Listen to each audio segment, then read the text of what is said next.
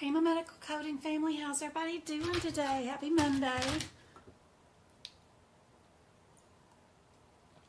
Sammy, you can't take a bath right now, baby. You're shaking the whole desk. Be good. How's everybody doing? My voice is way out of practice from talking to you guys, so we're going to have to warm it up here. Sorry, I was taking a survey and it just kept going on and on and on forever, and I couldn't get it to stop asking me questions. I was like, geez, Pete. How's everybody doing on this Monday? Marvelous Monday, coding family. Yes, yes, yes. Thanks, Go-Kart. Hey, Victoria. Hey, Abby. Hey, Davis. How's everybody doing? You're pre-ordering your 2026 books, and you're going to self-study, and you're so nervous. Aw, I got you. I'll be here for you next year. I ain't going nowhere. You want to pass yours, Christy, in February? That's awesome. Can we still pass with the 2025 books? Yes, absolutely. You can use your 2025 books until December of 2026. And I don't think there'll be any need in updating your books.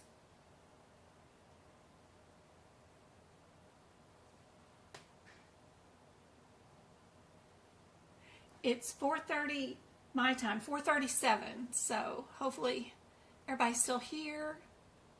Sorry about my cat. He is shaking the table. There we go. Quit shaking. Lots of Alabamas. Hey, JP. Hey, Tanisha, Woods, Ashley, Go-Kart, Sabrina, Eb, JP. If I missed you guys, I'm sorry. I'm in and out. Hey, Anna, how are you doing? How's your course going? Are you completing the chapters? Do you need any help this week getting all your answers done on your quizzes, your practical applications, and your final exam in your chapter? Osborne, good to see you. Hey, Kanisha, good to see you. I got a new exam for you, Kanisha. I'll send it in email today. Hey, Simone, good to see you. Hey, Gabriella.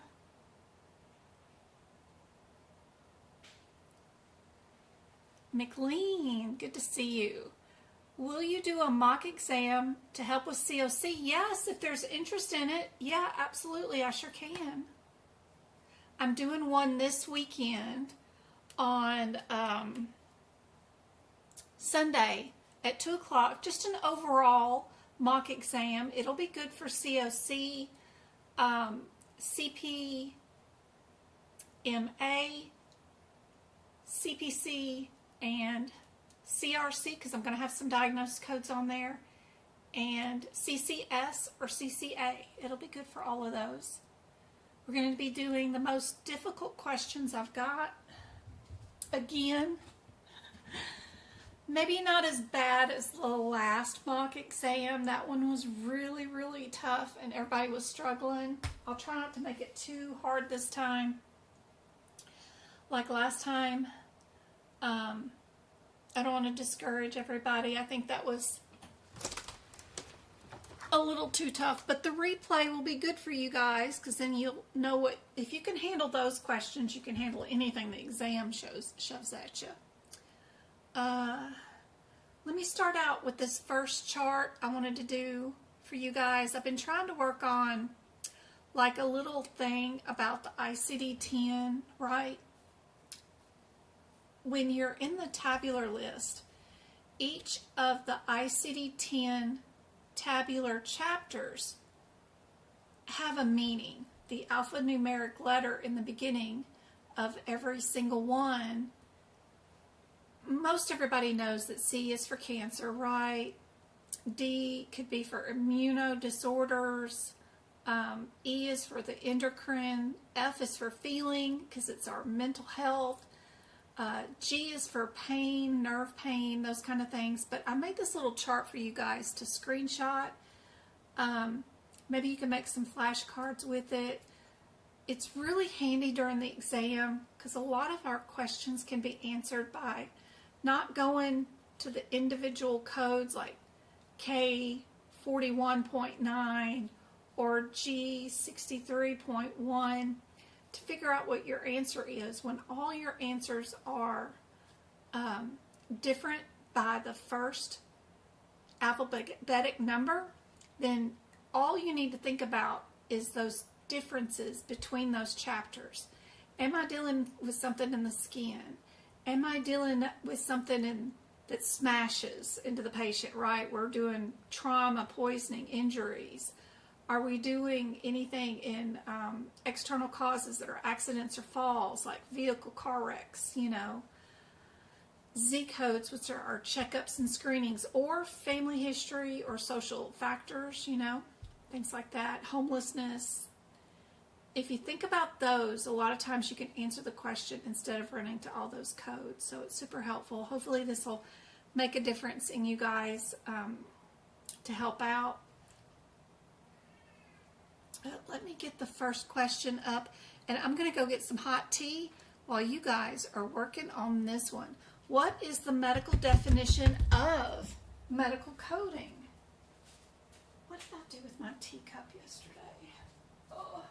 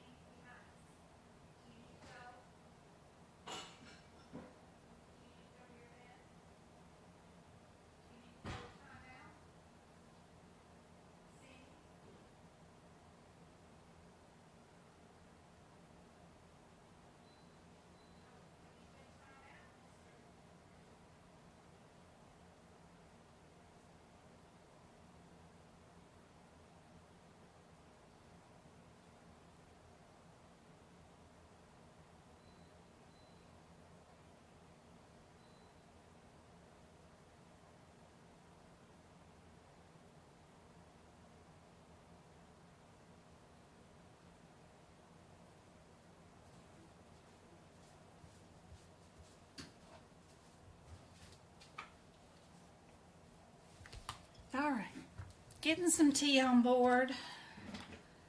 What did you guys think the answer is for this one? Everybody got it in chat? I see in B. B is correct. All right. So this one, I want you to think about the answers first before we see the question. I want you guys to get in a practice looking at the answers and what the differences are in the answer. If it's A is our correct answer, what will we see in our exam question that will make this true, right? We'll have 3 procedures that we need to bill for. If it's B, we'll have 2 procedures we need to bill for. If it's C, it's 3. If it's D, then it's 2. I don't want you to look for things that are not in the available answers. Like, don't worry about modifiers that aren't there, or anything else medical coding wise that you know in your real life coding scenarios that usually happen with certain codes in this area. That's not going to do anything for you but waste your brain power. You've only got 120 seconds, so only focus on one task at a time. And what I like to do is only focus on the very first set of numbers, right? We're only going to look here first. And don't worry about all this other garbage that's back here yet, okay? The only difference that you need to worry about, number 1, is what's the difference between your 46 and your 45, right? Sometimes, think about this, that these questions will not have a correct answer or a couple of answers will be correct, but which one is more correct?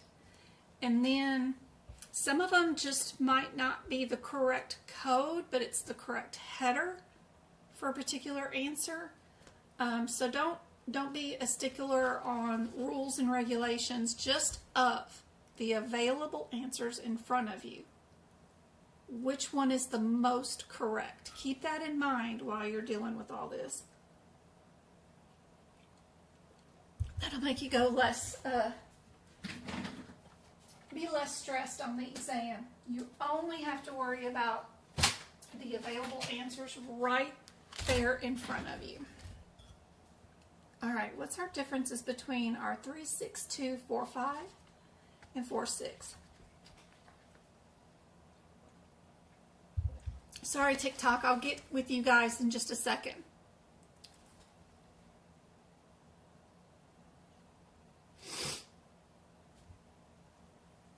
If you're on week 7 of your 21 or whatever week course, is that what you're talking about? Yeah, do the boot camp when you finish your course. That's going to give you a mini course of what all you just learned in your 21 chapters. The boot camp will give you a big overview of those chapters, but remind you of the most important differences between certain codes, like if there's a tricky spot in integumentary where the description between the mother and the child codes are very vague about being up to 14 lesions, or for each additional 10 lesions, or any part of, if it's got any weird situations, I'll remind you of those things, tell you how to handle it, give you my predictions of what I think that's going to be on the exam for that section, and then we'll do practice exam questions in that section together. So the boot camp is great, but it is meant for when you finish your course and you're ready to take your exam and you need one more day of, here's what I need to know for the exam, from the exam point of view. That's what that boot camp's for. All right, 362.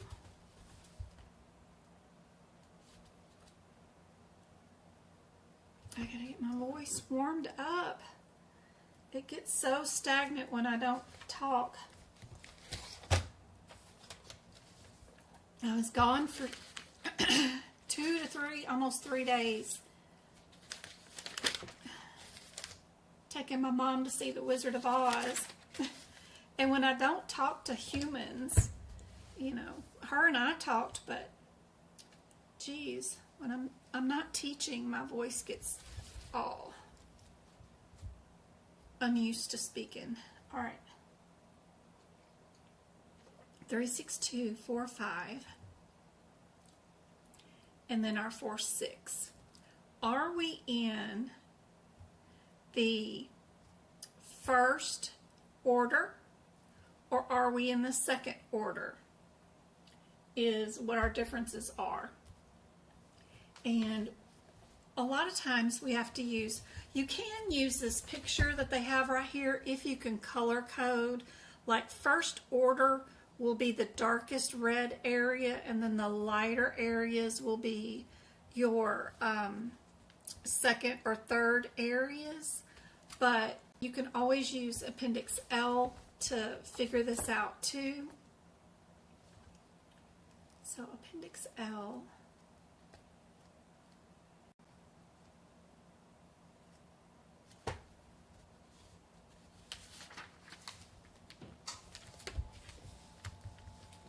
Are we doing arteries or vascular? We're doing vascular, family. So vascular, we're in the blue, right? And your blue's going to start here. And are we in automat, brachiocephalic, whatever this AZO word is, hepatic, all these other ones, renal, lumbar, common iliac, anything that's in this first order column. If we are, then we're going to do 45. If we're second order, we'll be over here in the 46. So we'll have to check out our exam question to see where we're at. And we're only looking for the name of our starting point for our catheter. We don't need any other information, right?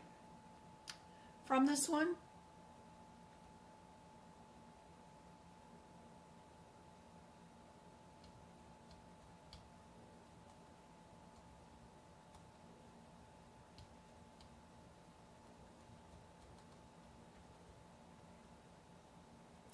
Yeah, you're not be able to see my book well, correct? You have your own books. You're supposed to be following along in your books. So go get out your CPT book and go see what I'm showing you. And then make your own highlights in your book for this question.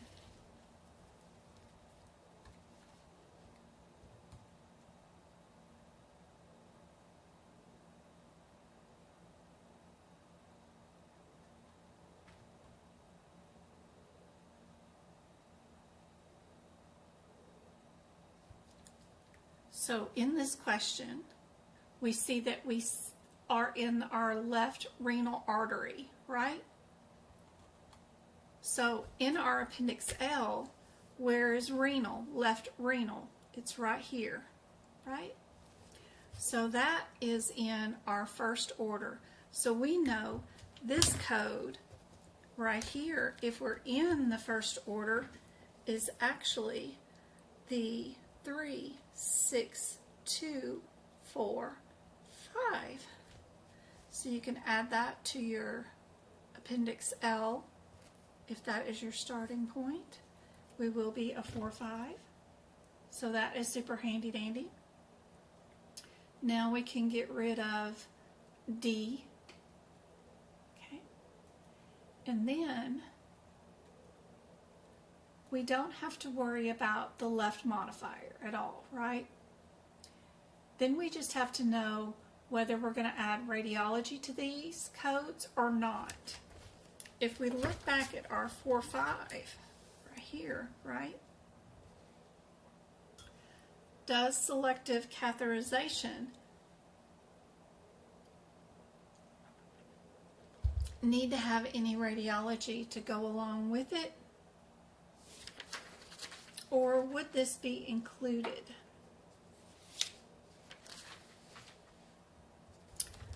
Our guidelines for our vascular procedures and stuff are really handy to know.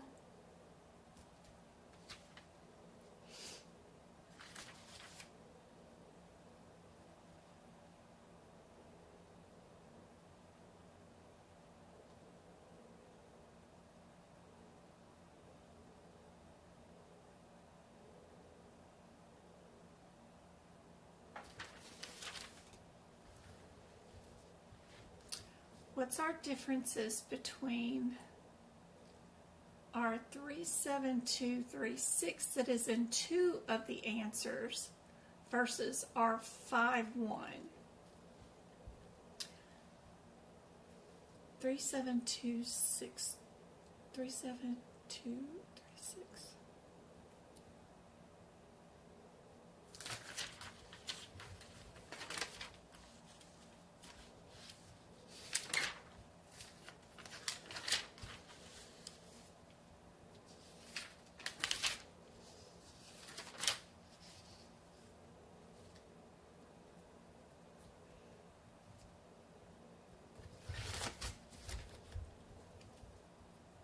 That's over here on page 329, right?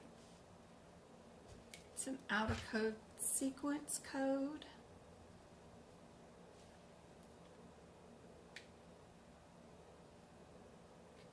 It's for our balloon angioplasty. And then our 36251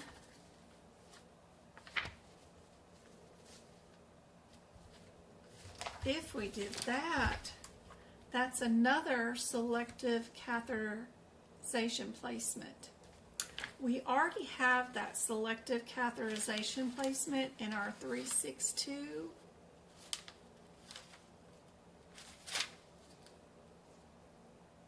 4-5 number, that's already a selective catheterization, so there would be no reason to add another 36251 to this particular code. That would be a coding irregularity because it's already there. So we can get rid of C because we know we can't use that. Now you just need to identify whether you need the radiology or not. Look at our example.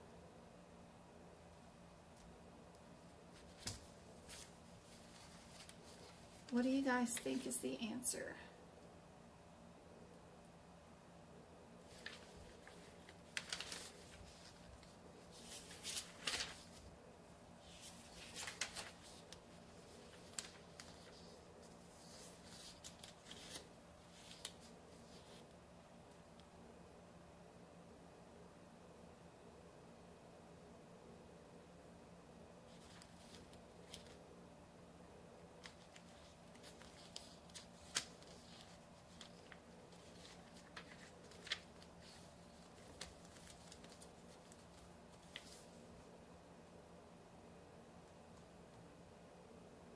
Indeed. Good job.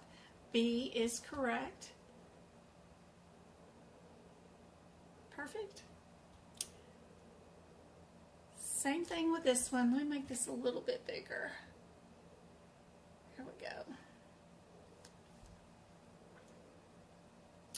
First thing to worry about is just the first code, right? We have a couple of differences. Are we a GO3 or a GOO?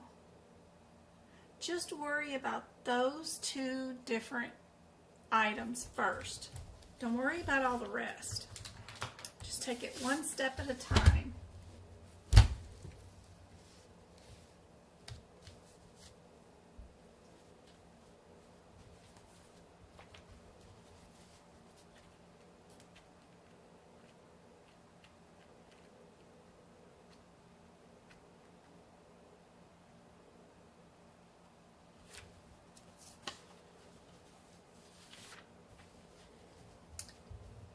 GOO is bacterial meningitis.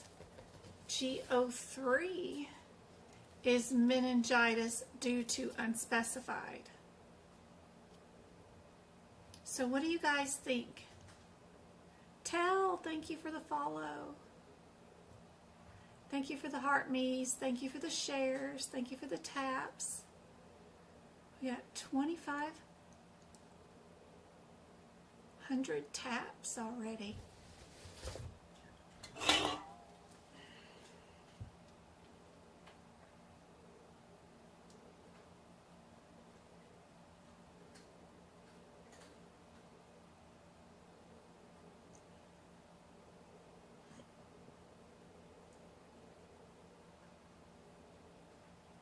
Oh, we got 4 shares. Thank you guys.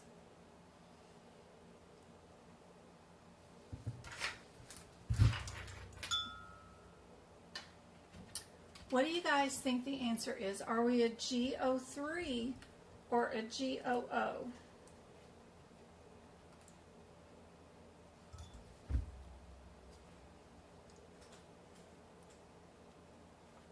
If you're on TikTok, I do have a better view streaming on Tube of the U right now if you guys want to see a better version. And it's also where the replay of this live will be free for everybody. You can rewind, fast forward, pause it, whatever you want to do. And it'll be stored on there for you guys with today's date and what we went over.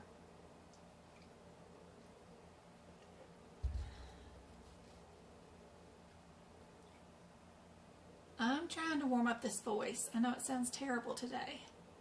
Best of luck, Wendy. Hi, Maria.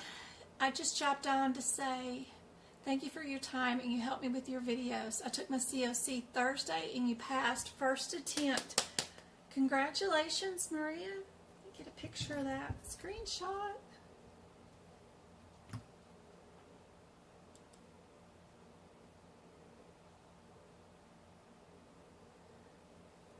Congratulations, Maria. I'm so proud of you. Congratulations. Let's see, who else? Steph, too? Steph jumped on and she said, hey, Jen, I just wanted to say thank you for all your practice videos. They definitely helped me pass my CPC the past Friday. Thank God. Oh, that's number 2. Yay. Congratulations. I'm so proud of you. That's awesome.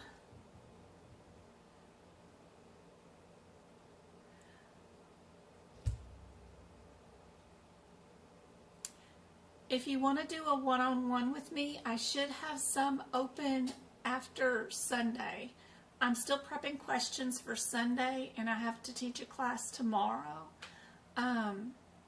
So as soon as I get done with this workshop that we're doing on Sunday, I'll have 3 weeks where I'll have more time during the week to open up and do some one-on-one. So check back after Sunday, and I'll open up some one-on-ones on my website for you. I hope they will extend my exam till February. I need a Friday exam, and as they're all taken up. Oh gosh. Be sure to call AAPC and make sure. Anna says she's a little behind, but she's getting it. I'm scheduled to take my CPC tomorrow. You're soaking up everything. Awesome, Linda.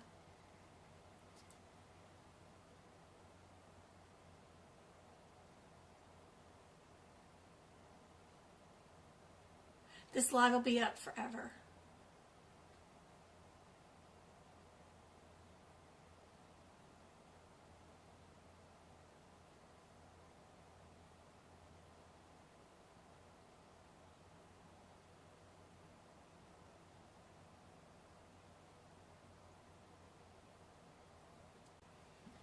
Scheduled for your exam on Saturday, 2nd attempt. Oh my goodness. Oh my goodness.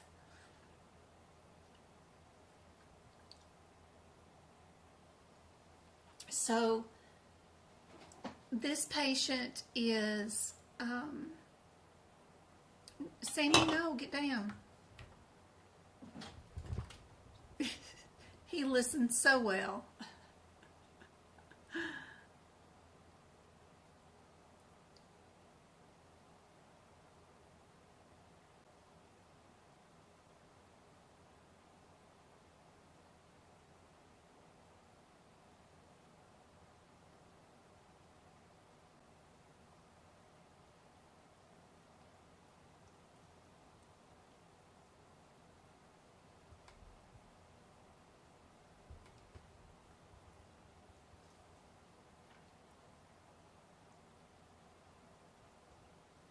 Everybody saying C on this one?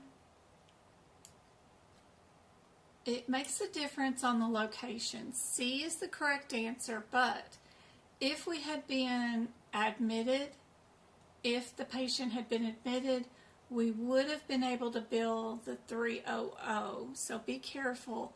Location matters. ER is still outpatient, and we cannot bill suspected bacteria, especially for your COC people. This is one of the areas that is often on the exam for COC. If you're in the ER, you're in outpatient, and you cannot code for suspected. If you have been admitted to the hospital and they suspect it, then they code it like you have it upon admit.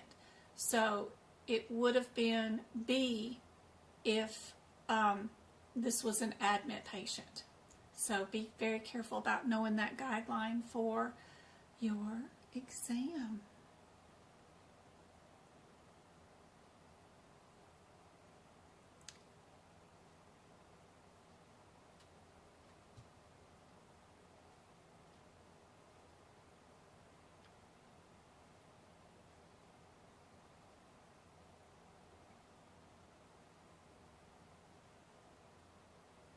What do you guys think here?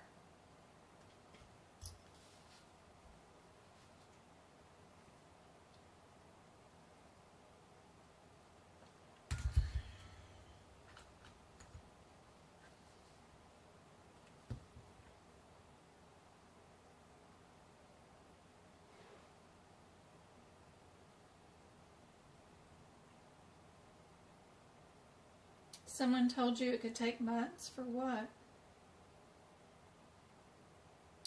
It can take months if you are taking your exam in person, right? Seats are going to fill up at these testing centers, and everybody waits till October and November and December to take their exam. So depending on how big a facility your testing center is and how many computers they have, they may not have a lot of space per week, right? So if you are bound and determined to take it in person at a facility, get it booked now. Get both of them booked now. If you have 2 attempts, book one for October and book one for December. That way, if you don't pass your first attempt, you've already got a seat saved for December retake. That way you don't lose your attempts, especially if they're going to expire anytime soon. So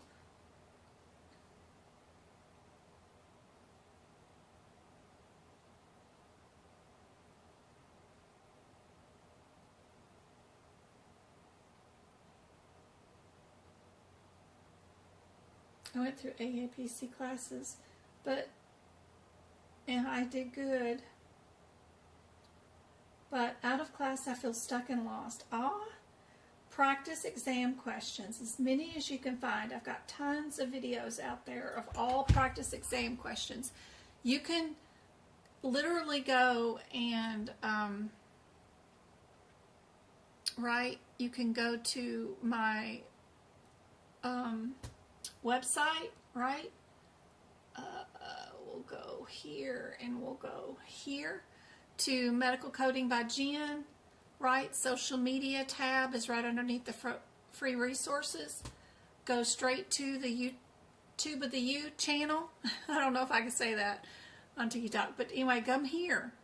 Look at all these practice questions I've got right here. All of these are just regular practice exam questions. They're multiple choice. When I look at them, I get to see the answers because, of course, this is my page. But when you guys see them, you don't get the green showing you the answer and the rationale, right? You would have to pick your answer, and then it'll show you the answer and rationale. There is a blue million of these suckers right here, and I delete them every year and then restart posting them. There's a ton. There's a ton of MOS surgeries, all kinds of stuff. They're free. They're not videos. They're just practice exam questions with answers and rationale. Go do all those. And then if you go up here to the live button, see where it says home, videos, shorts, and lives? This is nothing but free practice exam questions over and over again. It's got the date and what I did, CIC, CRC, E&M questions, E&M questions. These are all 2 to 3 hour longs with tons of practice exam questions. There's E&M, there's urology, there's musculoskeletal, there's cardiovascular. They're all labeled with a date. There's female reproduction, there's anesthesia questions, there's cardiovascular. It's all free. All you got to do is pause the screen, let an exam question come up on the screen, give yourself a timer on your phone of 120 seconds, and then try the question. And then release the video after 120 seconds and see if you got the answer right. That's what you should be doing. Focus on getting to where you're answering questions 90% of the time, always correct.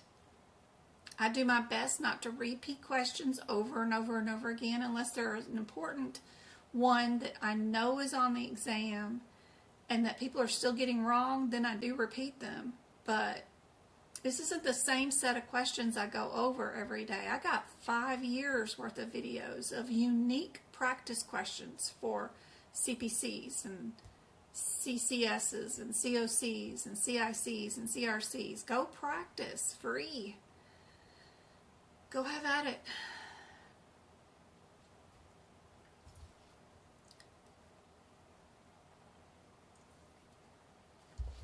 You should be learning from those questions about how to use your books. You should come up with a strategy, right? I have a strategy. I'm trying to teach you guys, right? Your strategy should not be reading this question. You shouldn't even read it at all. You should think about, am I a G code or am I an F code? First figure that out. That'll get you down to a 50-50 shot. Then decide, are you a 1 code or a 2 code situation?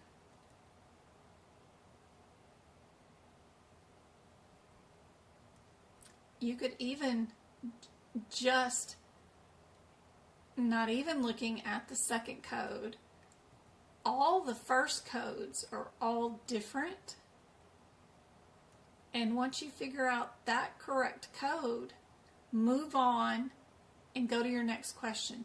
Do not verify that you have the correct second code or not if you already figured out what the first answer is when they're all different. Get that answer correct and move on. Where is violent behavior disturbances and agitated due to early onset of Alzheimer's? Where would that be?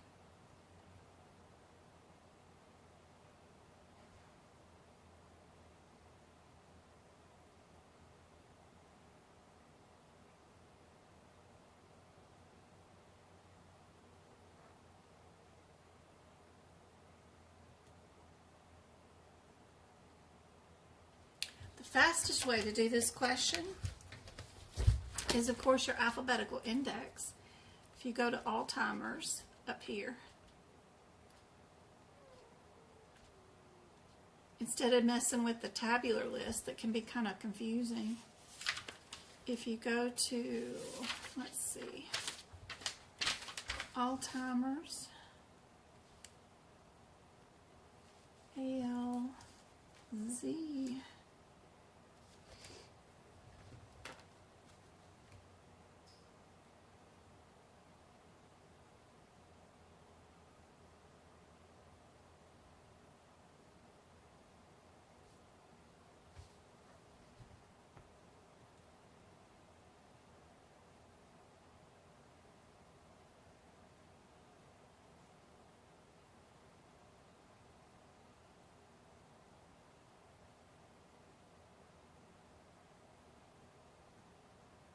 Thanks for all the likes, Twinkle.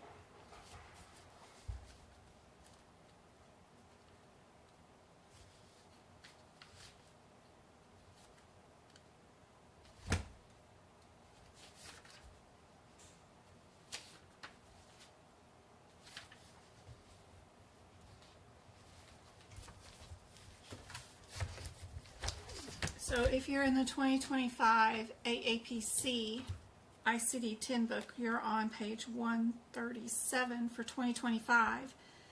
You'll see under the heading of diseases, if you go to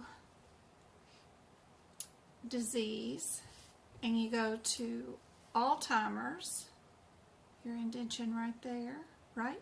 And you go to the early onset, it tells you what the answer is right there. There's 2 codes.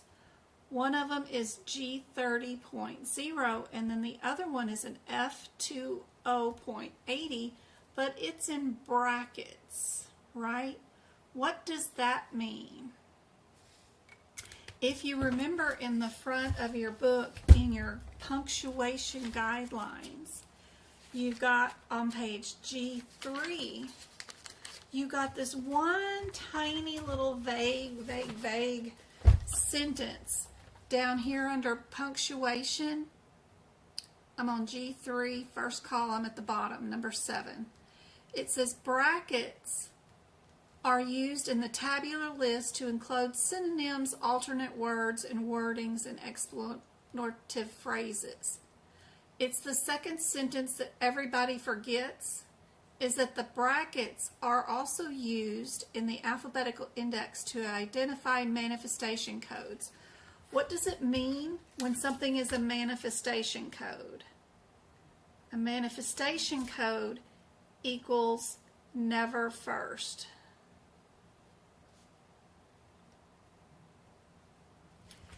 You should have that note written right there. Then you should also have an example, right? Example page in your alphabetical index 137. Now when I go to 137 here at Alzheimer's, I'm going to write at the early onset where that bracket is, I'm going to put G3 bracket guideline manifestation. I always put manifest. I don't spell manifestation all the way out, but most of it. So now we have an example of what they're talking about and what it exactly looks like to you guys in the alphabetical index when you're supposed to have two codes coded together and how they tell you which one goes second. The one in the bracket is your second code because it's a manifestation of the first code. So this patient has Alzheimer's, early onset. We're going to have a G30 and your FO2. And the FO2 is in the bracket, so you know that's always second. So reference your guideline, where it's at, and then here at the bottom of that second sentence you could put equals never first. Example on page 137. So now you know what it looks like.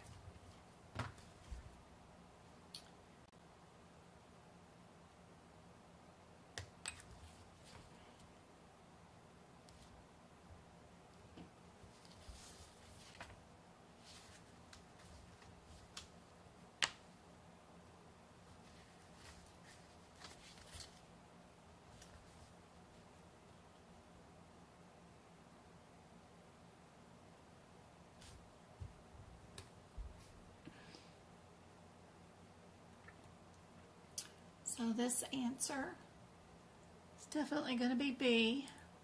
How's everybody doing? Thank you, Golden, for the heart knee. We got 5 of them. Wow. Who did that? Go-Kart, Annie, Witch Chocolate, VW, and Golden. Thank you so much for the heart knees. That's awesome. All right. Next one. What do you guys think about this one? Are you a G code or an E code as primary? We're not going to worry about all the rest. G code, remember at the very beginning of our lesson, we've got our little thingy up here, right? That's the nerves, right?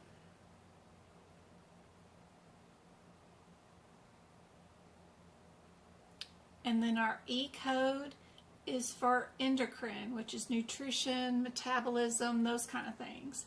So what are we dealing with today? Get back down here to that question.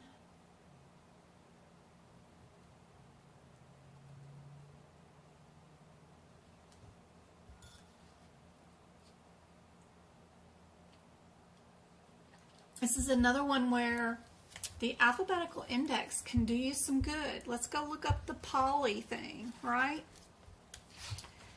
P-O, only hard part is spelling it. P-O-L, because it'll tell you if there's 2 codes and which one's primary, because that's what this thing's doing. It's flipping them around, you know, which one's first, which one's second. If you want to know which one goes first and which one goes second without some weird code first guideline that's hard to find in the tabular list, look in your alphabetical index. It tells you right after the word. Poly, P-O. Watch me not be able to find this one, but I bet it's in here. P-O. If they're asking about 2 codes, there's got to be something in here. A-L-M-N-O-P. L-M-N. N, so it's after N. You got to know your alphabet. I don't know my alphabet. Polyneuropathy.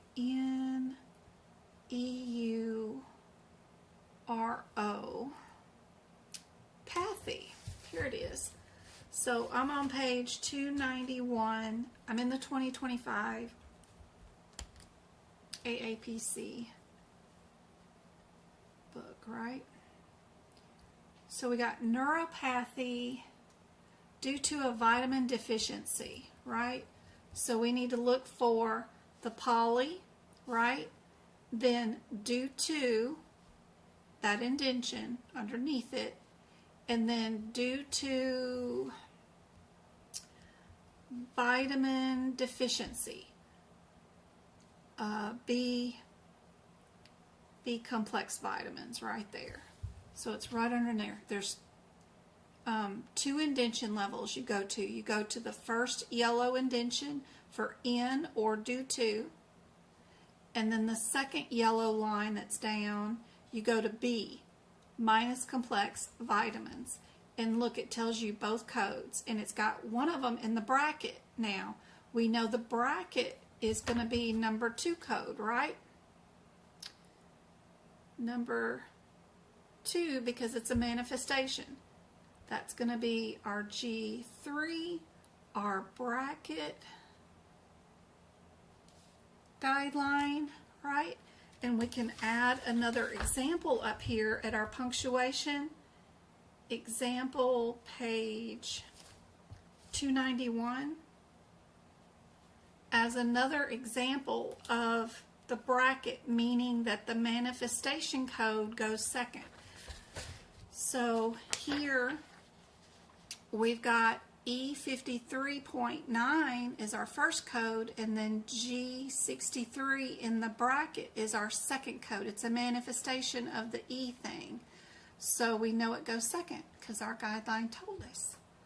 And it's really handy dandy to have your alphabetical index quickly tell you which one to code. You know, which one goes first, which one goes second. It's really handy. They have the same thing in the tabular list, I'm sure, but I don't know. I don't find it as easy and to the point as the alphabetical index in the front. I think it's handier when that happens. But anyway, so we know our answer is going to be E53.9 and then the G63 without having to go run and look at all these different codes and get mixed up in the tabular list back there. We know it's going to be C. I don't know. Is this helpful? Can you guys see that in your books? Do y'all have the books? Oh, thank you, Clara. She says it's on page 291 in the 2024 book. So that's good. See, I told you these books don't change. Me redoing these notes over and over again every year, there's no need. It's still on the same page. There wasn't any new codes. Right there. Okay. Good, good. You're in the ebook. Oh. It's a lot of scrolling. Oh no, Monet. You poor thing. You're welcome, Osborne. All right, awesome. That's a faster way. You only got 120 seconds. So you need to come up with strategies that will help you find the exam question answer correct faster. And don't be afraid of the alphabetical index. Try it out. See what you can do. See what you can learn from it.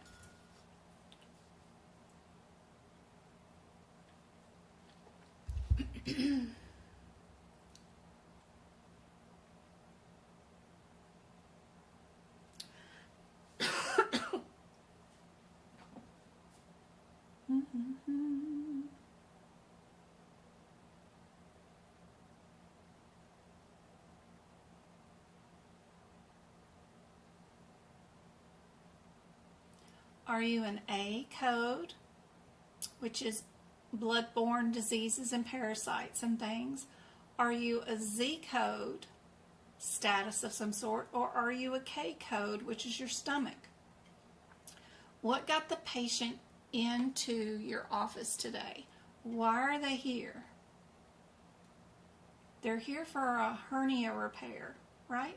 That's the reason why they walked out the door. They may have found a bunch of other crap, but the original reason that got them off the couch and into this outpatient facility today, number one, original first diagnosis of the day, no matter what they find or don't do or do or whatever, will always be what got them off the couch and got them in your door that day. So that tells you your answer is what today?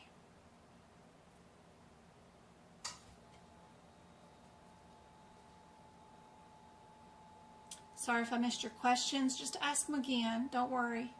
You can spam.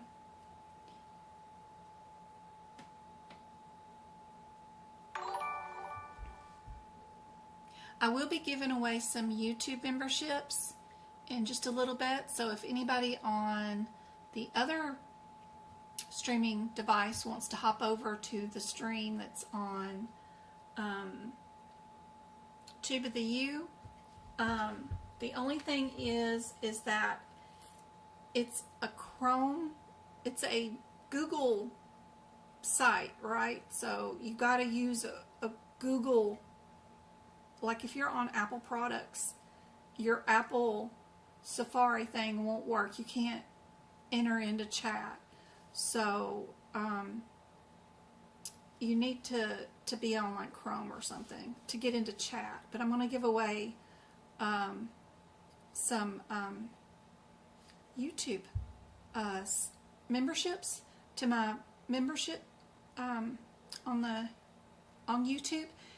I have a $4.99 membership, and when you join that membership, you get access to all the replays of my classes, if they're group classes, like my duck classes, or my workshops, my mock exams,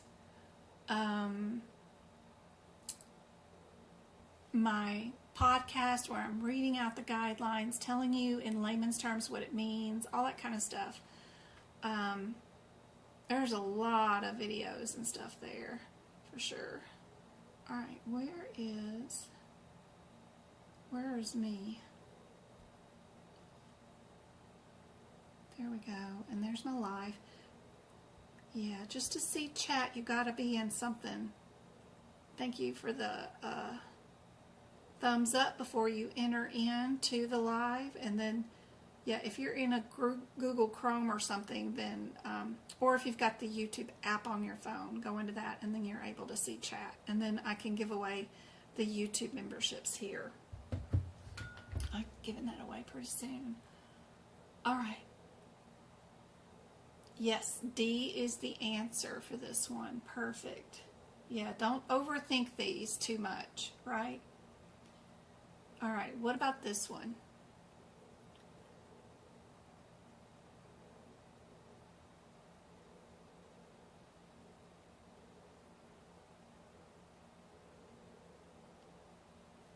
Bronchitis and the flu. I wonder if the alphabetical index is good for this one too.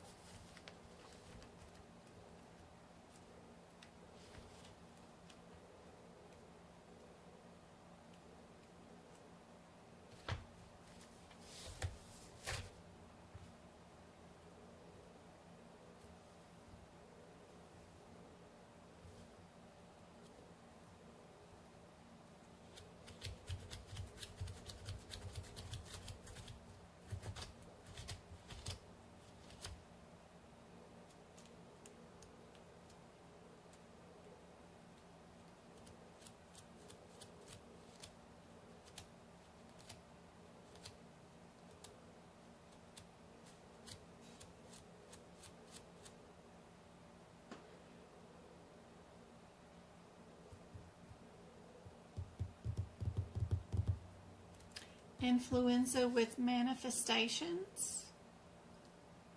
Manifestations, what kind of manifestations? With respiratory manifestations because of the bronchitis.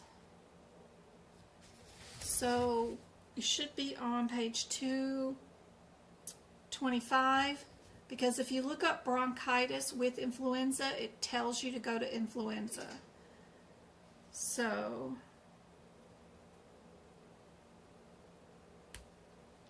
influenza bronchial epidemic with respiratory and upper unidentified influenza virus.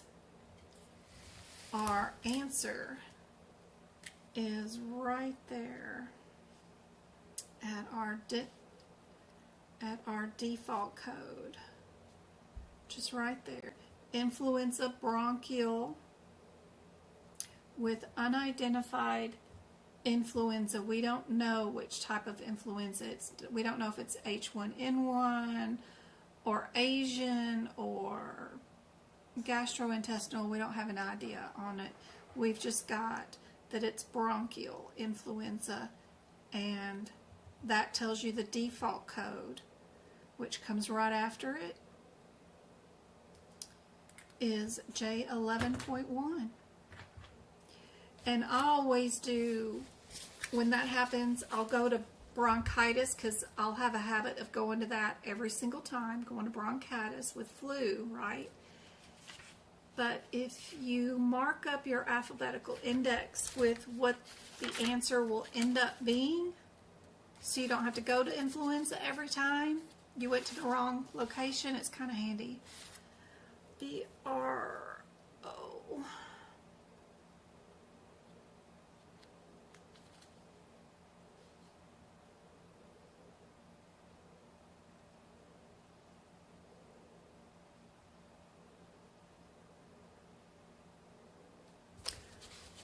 B's, not D's, Jennifer. I am so dyslexic, it's awful.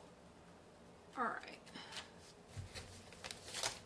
Why am I looking for bronchitis under D? I don't know. Bronchitis with influenza due to RSV, influenza, right there on page 79. It tells you C, influenza with respiratory manifestations, NEC, equals, we're going to write J11.1, and or we're also going to write down page 225 in case we do know our influenza type and we need to find it the next time. We'll have it right there.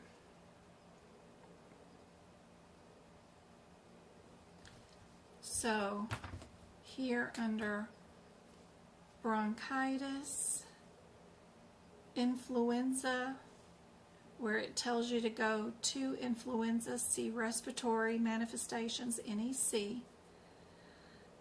So you don't have to go look for that all by yourself next time. Just write the code down, J11.1, and then also write down the page number where it's going to be in case you happen to know what influenza it is. You'll know you need to find it on page 225 in your alphabetical index. Save you a lot of time next time. In case you forget not to go to bronchitis, and yeah.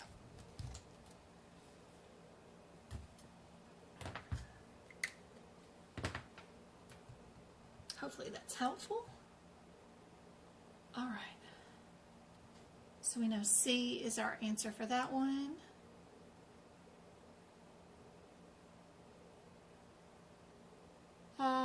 Just relax. I'm sorry, sweetie.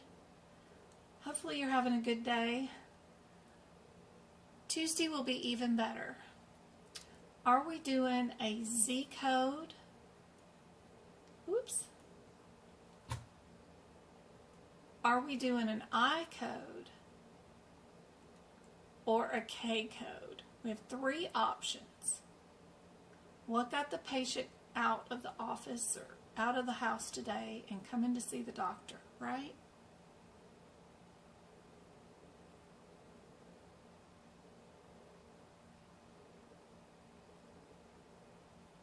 What got them off the couch? Ooh, I gotta do the puzzle. Hold on, TikTok. Oh. Is that good enough? Yay, I did it first time. Okay.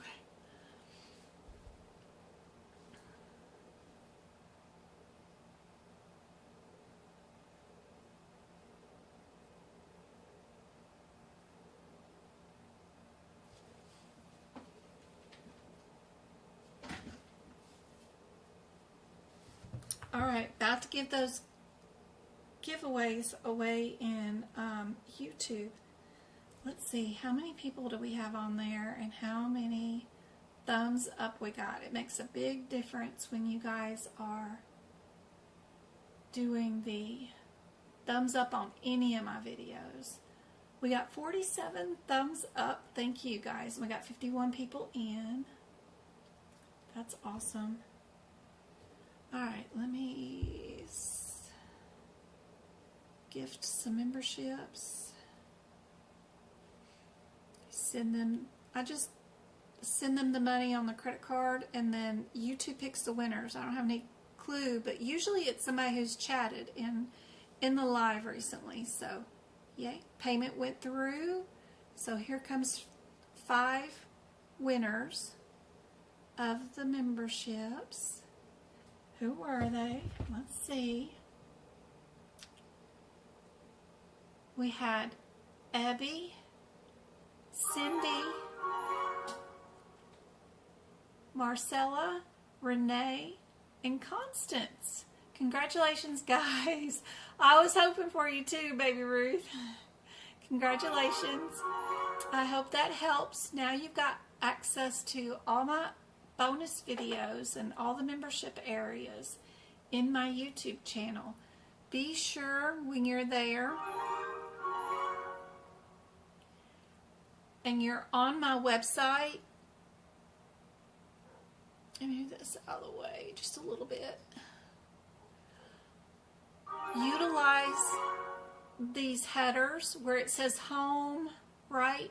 You've got the practice exam questions, that kind of stuff. You'll know when my next free live is coming up. Videos are just my most recent post. Shorts are the most recent practice exam questions that are like 10 seconds long each, something like that. Super fun. The lives are these repeat 2-hour-long videos that are free for everyone. The podcast is what you got access to, where I'm reading out the E&M guidelines, the ICD-10 guidelines, or the evaluation and management guidelines, and just telling you sentence by sentence what that means in Jenny's terms, you know, what I think it means. There's also some course videos here that are just meant to be played and listened to.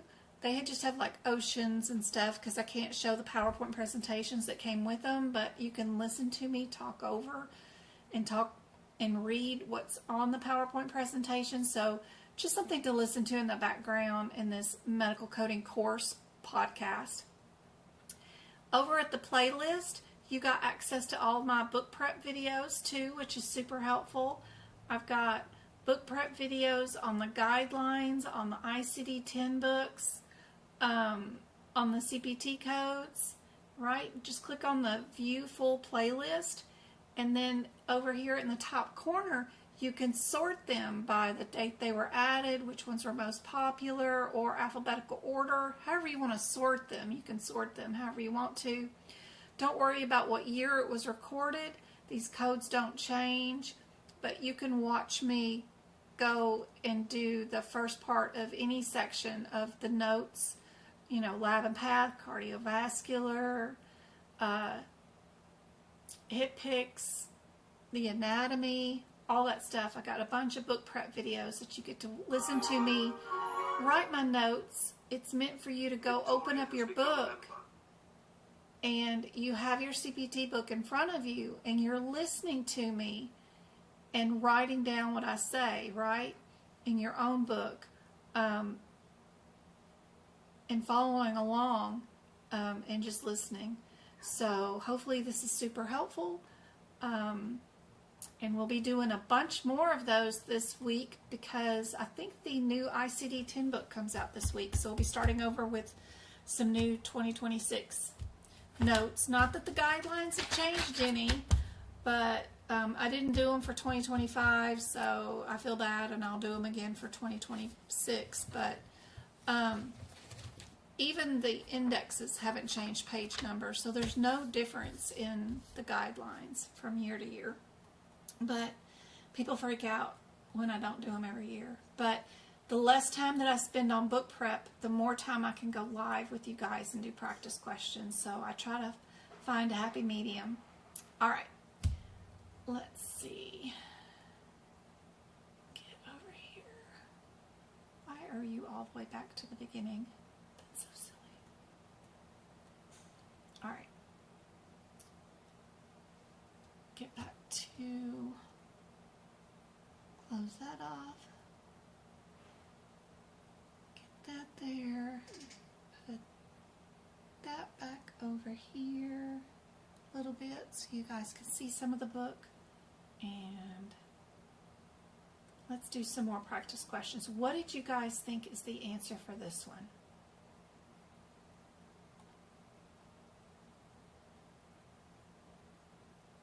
I made alive. Hey, Irvin, good to see you.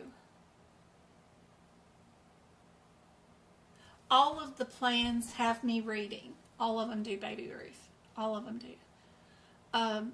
Just the most expensive one might get access to some videos a little bit sooner than some of the other ones. It just, everybody eventually gets to see everything. It just might be a week or two early that some people get access to certain things, just because Tube of the U made me pick 3 different plans. I didn't want anything different in all of them. I only wanted the one plan, but they forced me to get 3 plans. So it's up to you, whatever you want to contribute. But the only thing that happens is I just kind of do like a premiere list, a premiere thing where some of the workshops that get released might happen a week early with some of the more expensive plans, but then the $4.99 one gets it a week later. That's all. I just hate that. I wish it was just still all the $4.99, but anyway, I can't argue with them.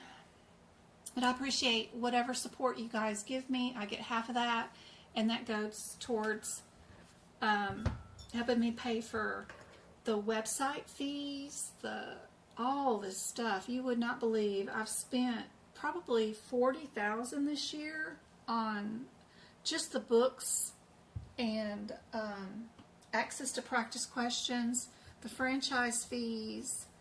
You would not believe the amount of money I've spent this year. It's been crazy.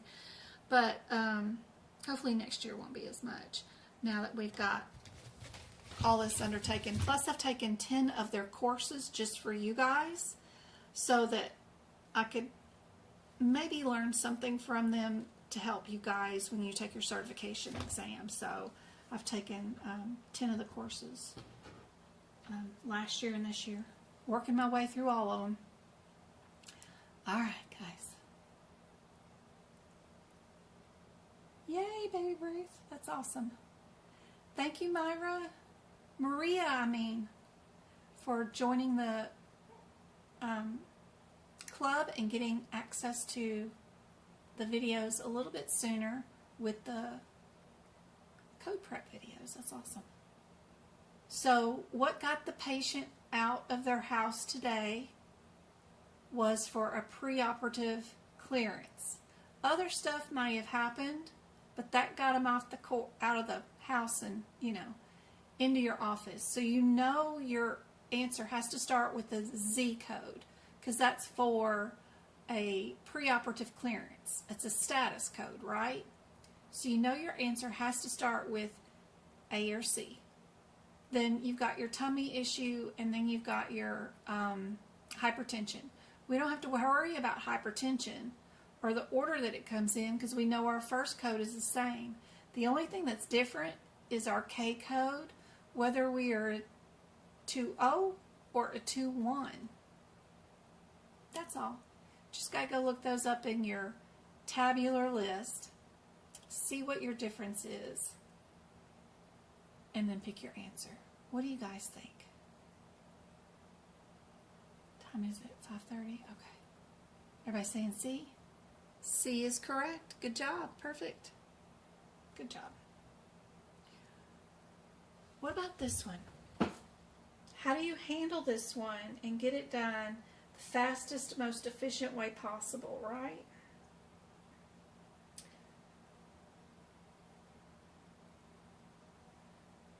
$27,000 taps on TikTok. You guys are amazing. Oh my gosh. Thank you so much. Sorry if I missed everything. What was wrong with Just Relax? She's so handy.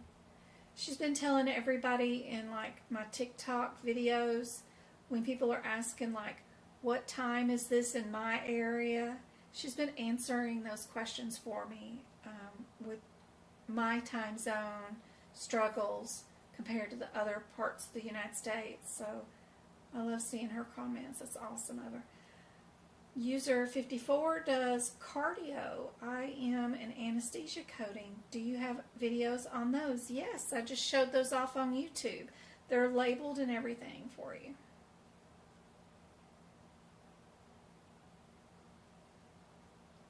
Can I request a one-on-one training for CPMA? Yes, of course. Down below on the bottom here, guys, of your TikTok video, do you guys see that yellow button down there? That's just a service button. It's completely free, doesn't charge you anything, and it just links your email with my email. If you will click that service thing and fill out that form and give me your email address, I'll email you back at the end of this live and say, what can I do to help you? See, I filled it out myself to see if it worked, and it does. And what I do is I go into my TikTok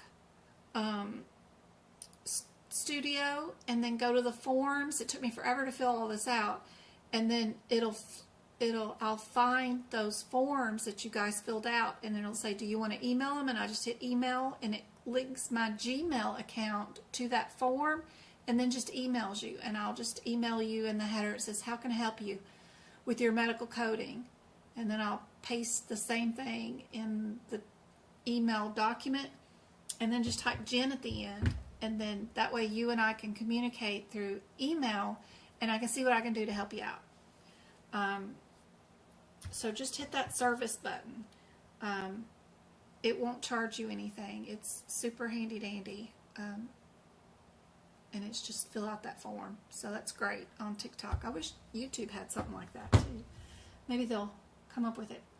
All right, this one, they're making us go to the tabular list for this one. So we got to go to the tabular list and look up J18.9 and see what it says, right? They're wanting to know if we know how to look at that number and evaluate what it says, right? What do I do with the highlighter? Oh, my hands are killing me.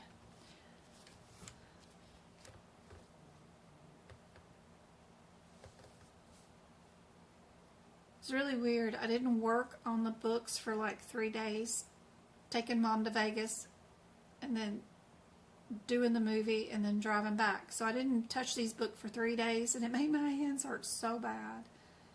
I was in so much pain yesterday. You know, when you stop doing something, I don't know if it makes it worse, but then again, I had Coca-Cola, and I had to stop drinking Coca-Cola because it gives me joint pain, which I love a good spicy Coca-Cola every once in a while. You know, the casinos don't have nothing but sodas or alcohol, and boy, that reminded me why I do not drink Coke. Why I am a tea girly. Alright, J18.9.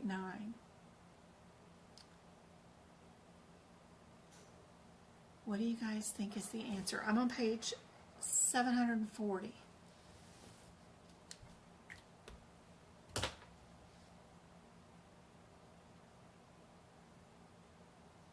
When you take your exam, will they allow you to bring your own books?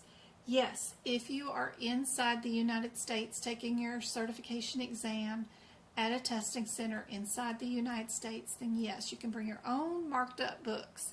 And Lord, I've taken some books. Y'all don't want to know all the notes that I got in my books. No one absolutely will care about what in the heck you got drawn in these stupid books at all here in the United States. If you are taking your exam outside of the United States, like in Indonesia, Bali, any of those other countries, then your testing center will provide you with blank books on exam day at the testing center. They're not allowed to take them remotely from home anyway, and you do have to go to a testing center. They're just going to give you a blank book that day. It doesn't mean that you can't make notes in your own book and learn, your books by making notes. It just means on exam day you won't have access to your notes because AAPC stopped it in other countries. They can't control the testing environment like they can here in the United States, apparently, and so they shut that down. I don't know why, but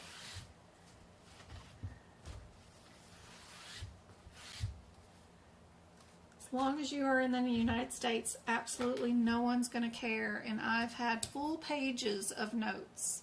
I mean, there's note pages in these books, full pages. They provide them. They write these books, and they give you full pages to write notes in. I write notes in my books. This is a list of tons of meds, right?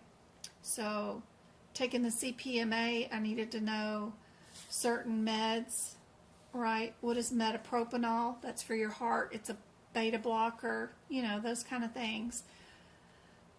Anticoagulants. Tricor is not a statin. Some of those kind of things. Tamoxifen blocks estrogen.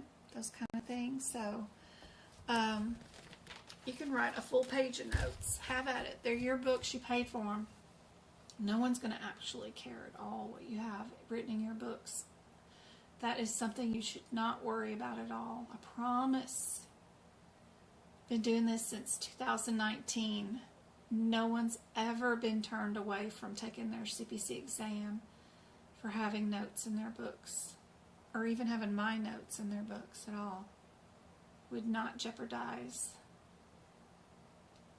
anything to make you miss your exam attempt, because that's $499. That's crazy. All right, what about this one? Are we in the R codes, which is symptoms? Are we in the M section, which is muscles? Are we in the G section, which is pain, right? Nerves, whatever. What got them out of the house today and brought them into your office? The last one, the answer was A. No, there is no combination code. J1100 includes influenza.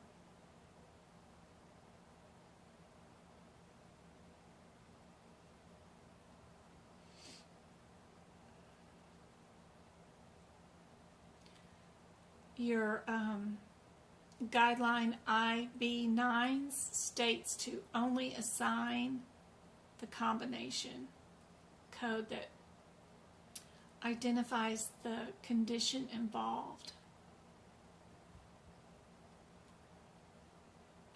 All right. What got them out of the house today?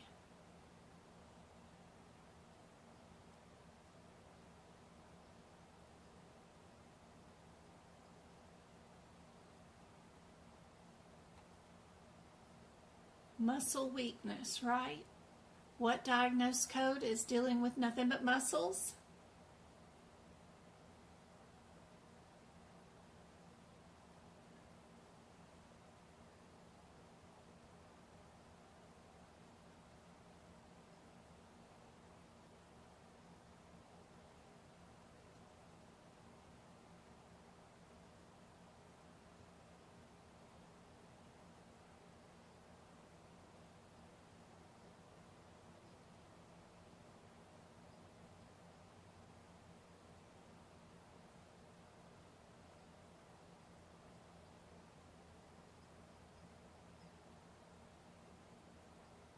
Got 49 people on and 56 likes. Thank you so much. Indeed, it is C. Perfect. Good job. Just always remember that. Other stuff may happen, but what got them out the door? A lot of these H codes are dealing with eyes or ears, those kind of things, and we have usually 2 of those, right? So a lot of times your 5th or 4th digit has meaning, right? If it's right, it usually ends in 1. If it's left, it's 2. If it's bilateral, it could be a 0 or more likely a 3. So first thing, when I know my diagnoses are all in the H section, is I think bilaterally and go look for that word in our question. If our final answer was bilateral, then I know my answer has to be something that's going to end in probably a 3, right? So it's got to either be A or D. And then I always have this little thing about avoid our 9s because they're unspecified. So if I do that, then I know my answer's D. But that'll get you down to 50-50 shot. You can go look up your H66.93 if that code even exists. I'm not sure.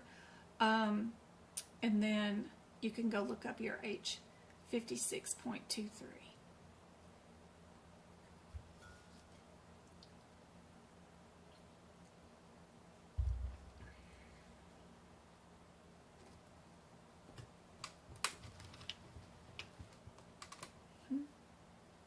Yeah, okay, Sammy.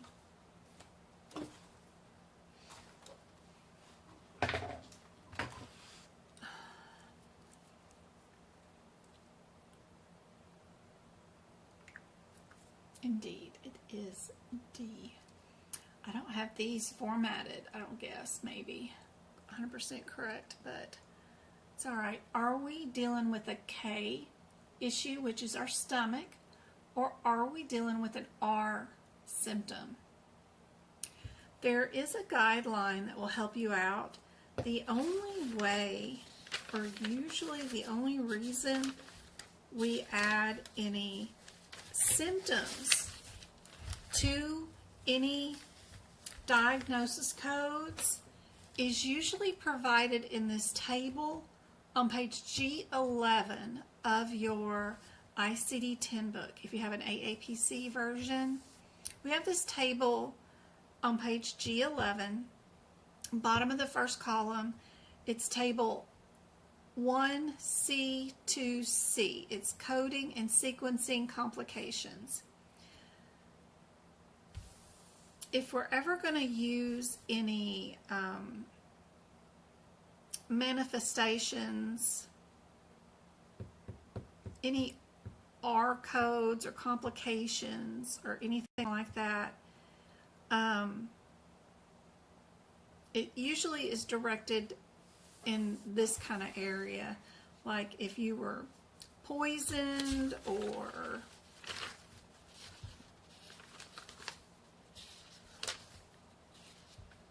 the doctor gave you a prescription and it didn't work out right. Sorry, I was on the wrong page. G27. 1C19E, sorry, adverse effects. So if we are doing our symptoms, that is what we call manifestations. So anything that has the word manifestations on it means that we get R codes. So G27, this table 1C19E,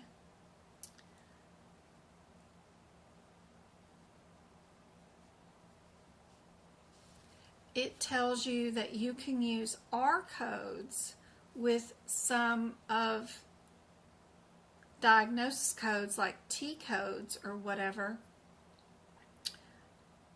with poisonings, right?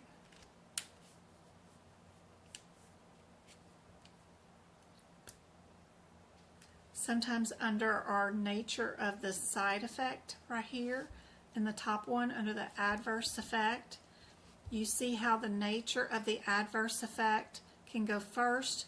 That could also be symptoms like nausea, vomiting, tachycardia, delirium. Those kind of things can also be R code first, and then your T code goes second. Same sort of thing for what you've got going on right here in this example. We've got stomach issues, but we also have 3 answers with a bunch of symptoms. The only time we're allowed to add symptoms to diagnosis codes is when there's a poisoning or an adverse effect, right? Anything in this table, the condition that's caused by the underdosing, that's usually ketoacidosis, but it could also be nausea, vomiting. I don't know what it could be, but it could be anything under underdosing. Also, toxic effect is only the toxic effect, so it's only the one code in that column. So only 3 different areas right here can you add symptoms. Other than that, you don't add any symptoms when you have a diagnosis code. Usually, in general, there's always exceptions to the rule, but thinking about that, we know this patient was given a diagnosis of irritable bowel syndrome with diarrhea. What do you guys think is the answer? This is not an adverse effect, it's not poisoning, and it's not underdosing. Not one of the 3 reasons that we can use R codes. Yep, then our answer is A. Knowing those kind of things are super helpful. Sorry I don't have the rationale moved over to these yet. I didn't know we were going to get this far done and didn't have time to prep a bunch of them, but A is the answer. Good job. Alright, this one, we have an R code for symptoms, a Z code for statuses. Which one are we? Are we dealing with a status situation or are we dealing with a symptom situation? What's going on with this patient? What got them off the couch and coming to see you today?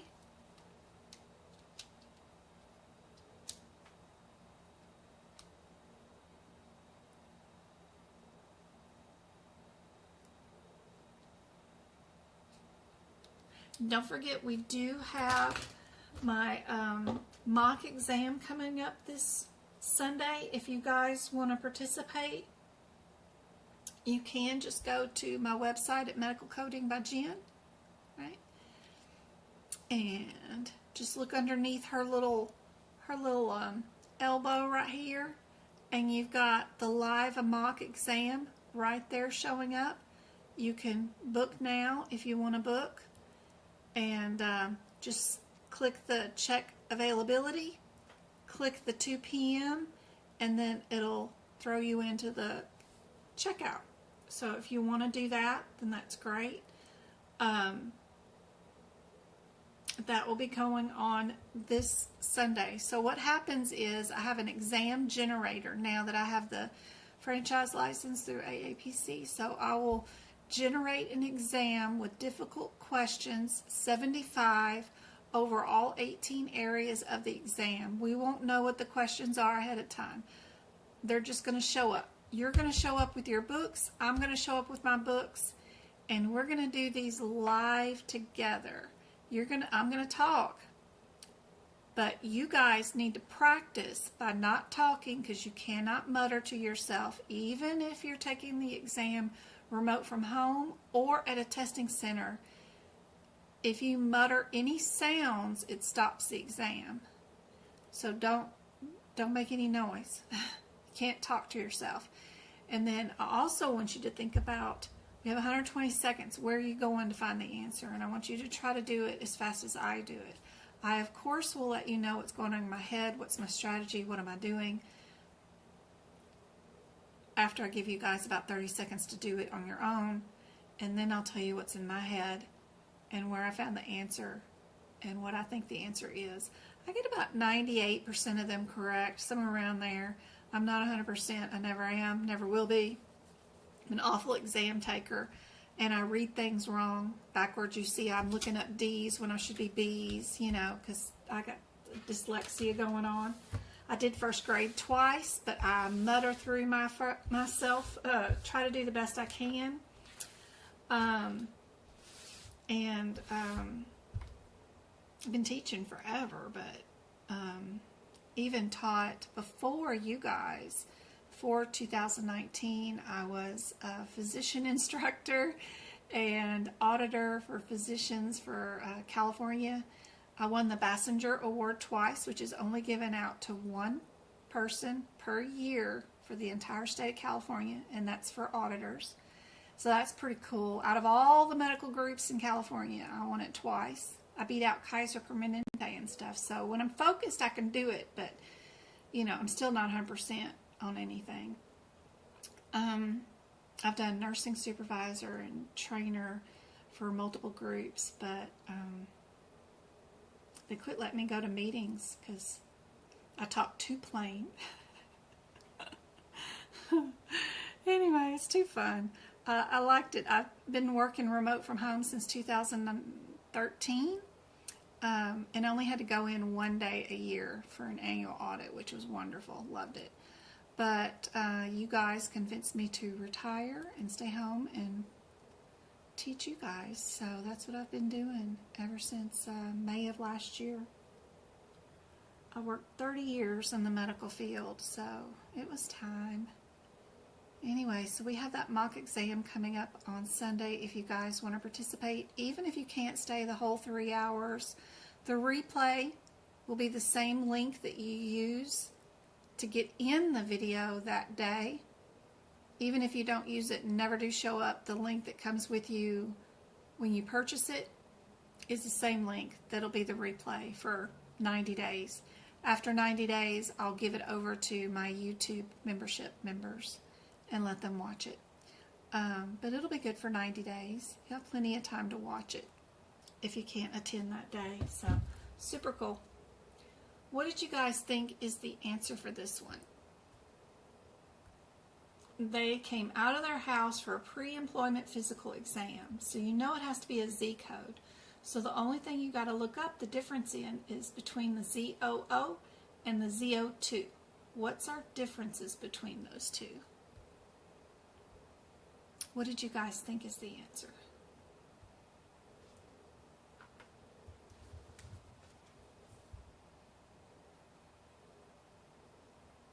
Thank you for the 12 shares and the 33K tappy taps. That's awesome, guys. How many heart me's did we get? Did we get a lot of them? Got 7 of them. Yay! Go-Kart, Annie, Witch Chocolate, VW Golden, and then JKC and Robbins. Thank you so much for the heart me's. You guys are awesome.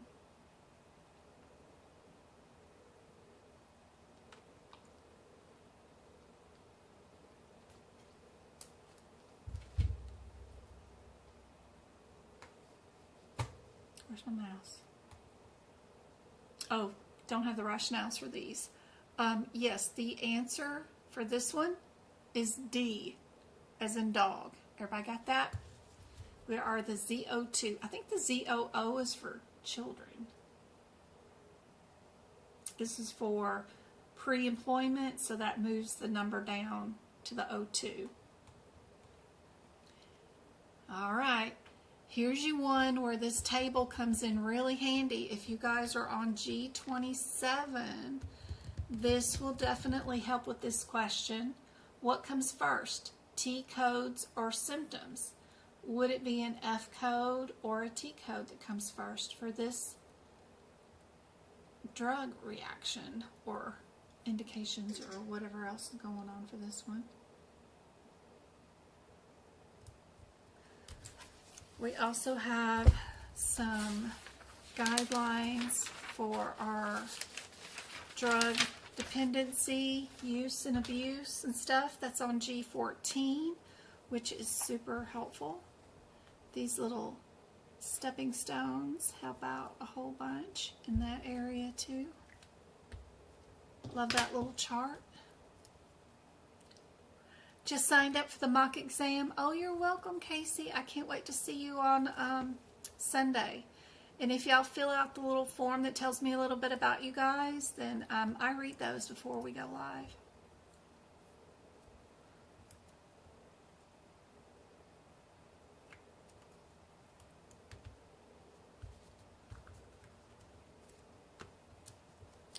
Don't forget about the little service button down here if you guys want to email me. I or Twinkle will get back to you. Sometimes I send her some of them if my hands get hurting and I don't want to type anymore. I'll send her some of them if it's something easy and she's like, she knows where it is. Like, I didn't get my link for the video or whatever and I can't find it in my Gmail or something. Then I'll send it to her and she'll reply back and give you the link or something. But you know, if it's brand new and you don't know and you want to ask me a specific question, of course I'll answer those. Some of the easy stuff I send to her. She helps me out when my hands hurt too bad. But you can just tap that little orange button down there at the bottom and it'll link my Gmail to your Gmail if you fill out that little form. It's just your name and your email address, that's all.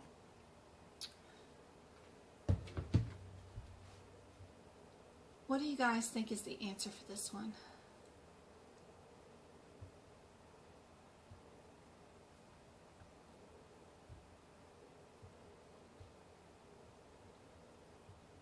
Thanks, guys, for Tarantino and Baby Ruth are giving out the page numbers. G14 and G26. Oh, no, 27.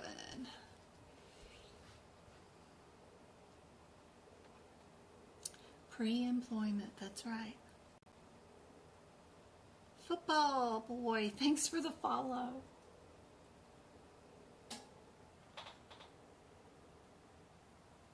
Withdrawal symptoms, right?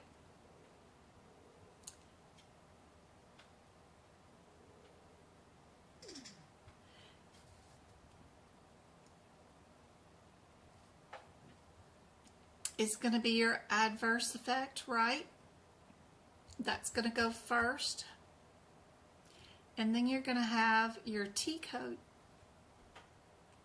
go second, right? So you just need to know your difference between your F1123 and your F1124. Also, what's helpful is if you know your differences between your 7th characters, which is like initial or subsequent visits, then you might know that right away.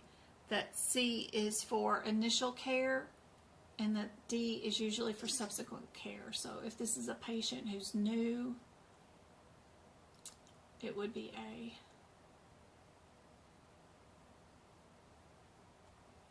Anyway, C was the correct answer for this one. I know I'm saying A, but that's just about the 7th character. So C is the correct answer for that one.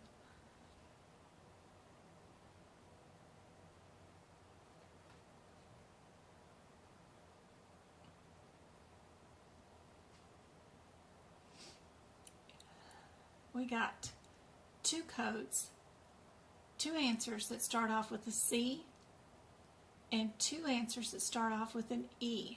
Are we dealing with an endocrine system or cancer issue, right? What's going on today?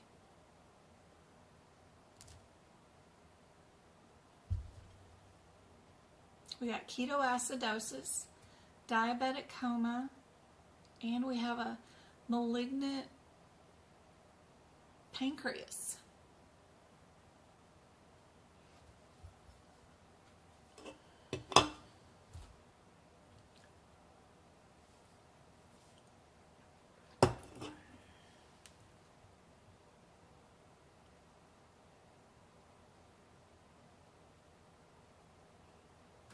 What do you guys think? What do you guys think is the best answer for this one? 2 answers only have 2 codes. 2 answers have 3 codes.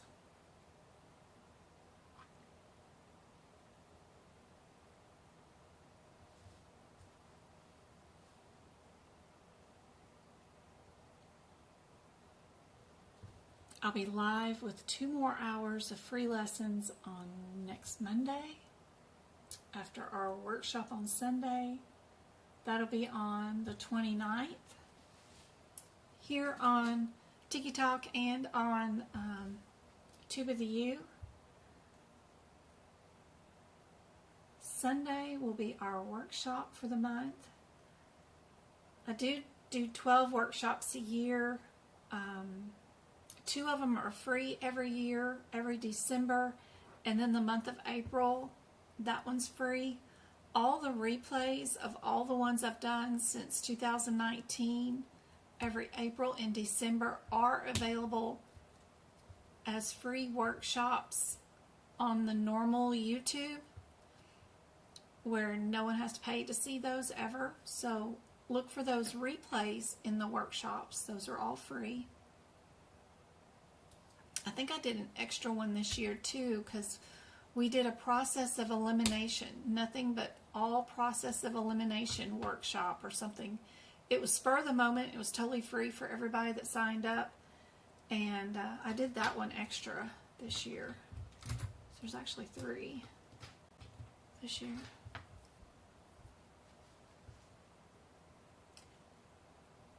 Everybody got C for this one?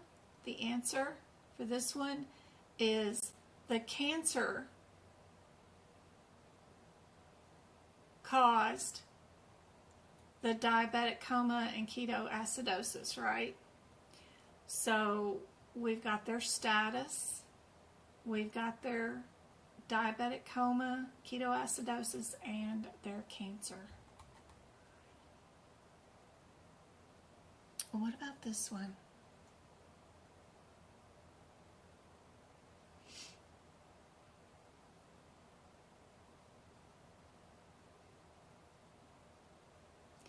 Number 1 rule in HIV and AIDS is B code will never go with the Z code. Ever, ever. Ever, ever. And you know, normally we don't get to say always or ever in coding. There's always an exception. But that's actually one that if you see these 2 codes together as a possible answer, then you know you can eliminate that answer right away. Get yourself down to 3/4 of a shot instead of 1 of 4. Whatever. Any answers with those 2 codes in it, nope. Get rid of. You have to have either or. Does this patient qualify for a Z21 code, or do they only get the B20 code? That's the heart of this question. Knowing that will get you the correct answer.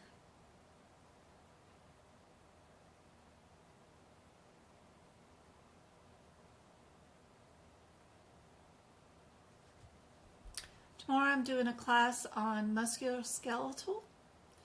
If anybody has ever purchased the CPC course and wants to add me as a tutor, or mentor to get them through the course, you can add me if you want.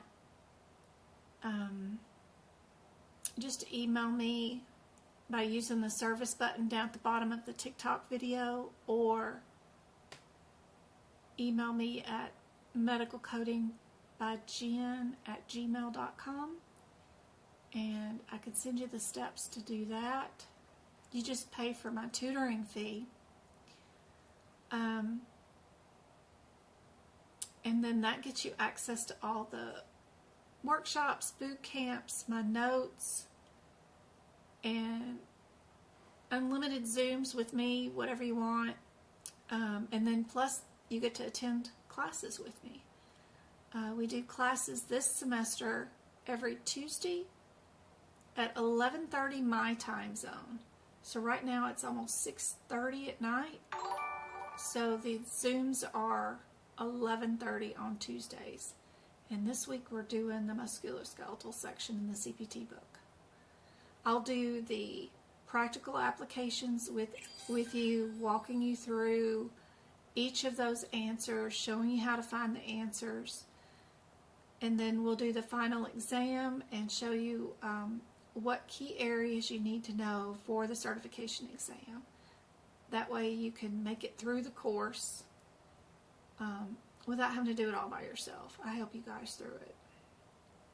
Plus show you in a meaningful way what to save out of it, for your exam. And then once you've done the quiz, the practical application, and the final chapter exam, I'll let you have access to my notes for that chapter. But I want to make sure you get that chapter done first. There's no real easy fix to all of this, right? You gotta do a little bit of the work to get it done and you spent all that money for the course, right? $3,000, whatever it was. I want you to get your money's worth out of the course. Don't just skip it just for my notes and then ignore it, and don't get your year off. I want you to be sure and do that part too, since you paid for it. All right, everybody get A as the answer for this one. A is your answer.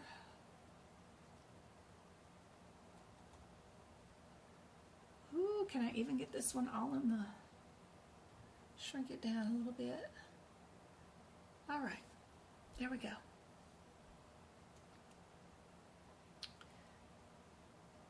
What do you guys think is the answer for this one?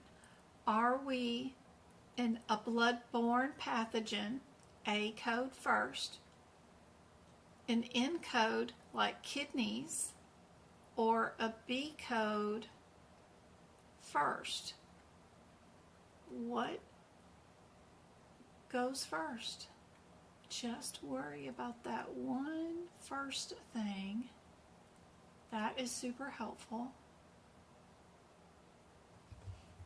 If you've got my sepsis notes on this page, which is super handy dandy, I've got all of the A41 guidelines all on one page.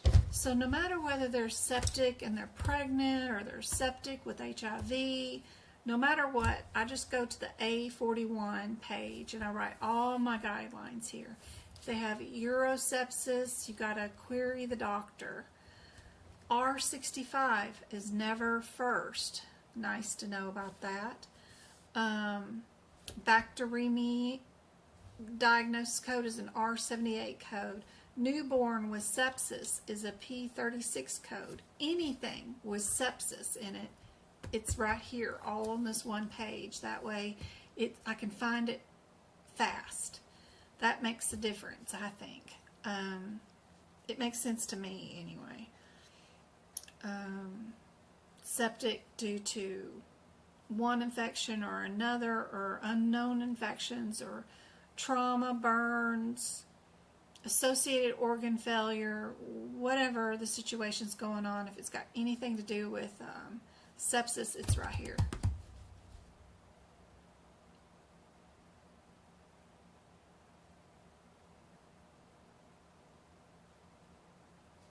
Sepsis with organ failure, without organ failure is one code.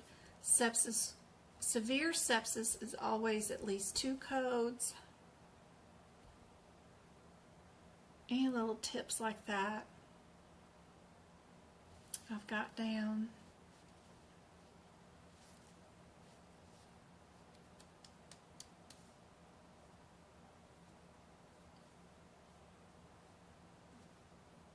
Thank you for tapping, Twinkle. Y'all got 41,000 taps. My goodness.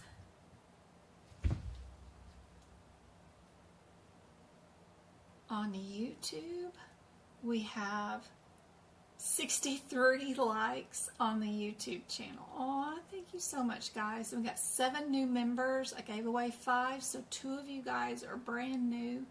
Thank you so much for the support of the channel, and I really hope it's meaningful. I hope you can find all the videos you're looking for.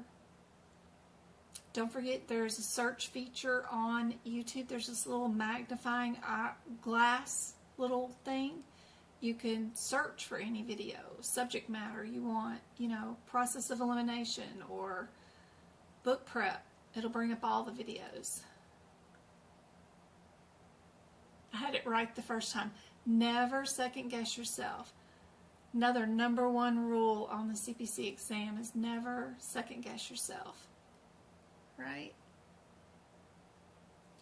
So everybody knows B is the correct answer for this one.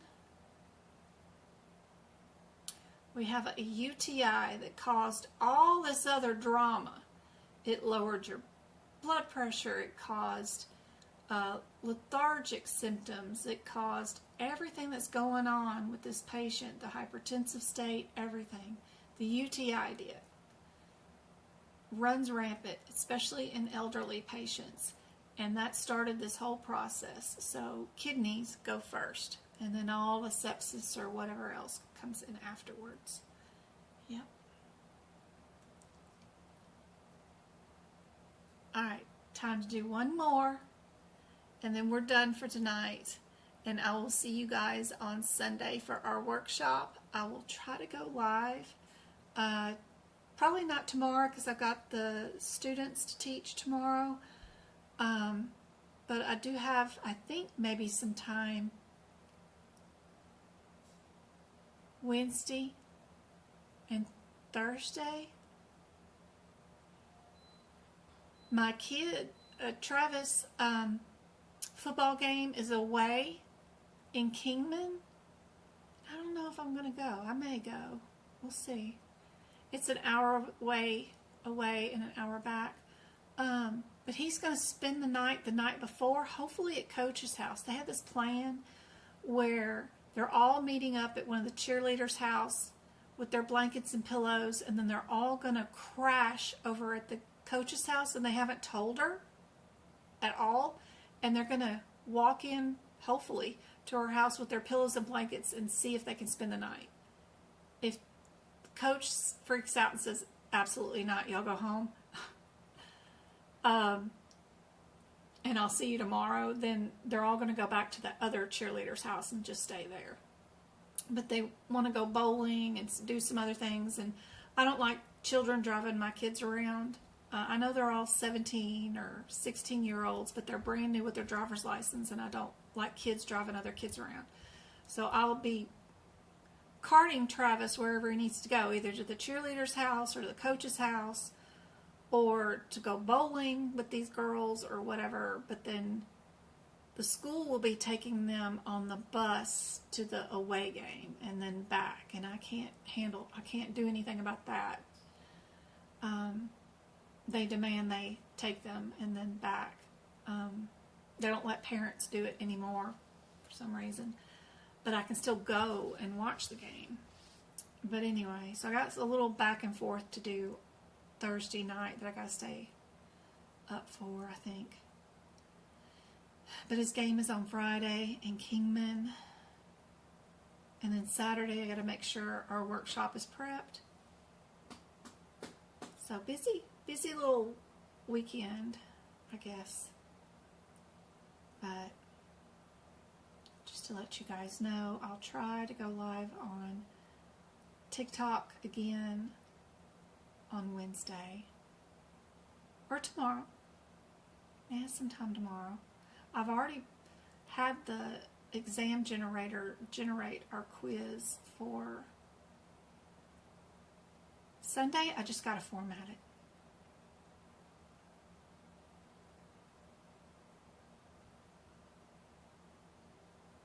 Which F31 code are we? F31.6, F31.3, F31.8, and F31.9. Are you going to go through the tabular list and look up each individual one, or are you just going to look in the alphabetical index? This one might be hard to do in the alphabetical index because manic depressive psychosis with hypothyroidism and migraine headaches, and you got to know whether they have aura or not. I hate headaches. Coding headaches is the worst, awful thing to do in the alphabetical index. I don't know who invented the alphabetical index thing for migraine headaches, but they created a headache up there for that. I give up and go to the tabular list on headaches. But their diagnosed code of moderate manic depressive disorder with circular current manic state might still be really hard to look up in the alphabetical index. Ugh. It might just end up being a tabular list kind of thing. Lord.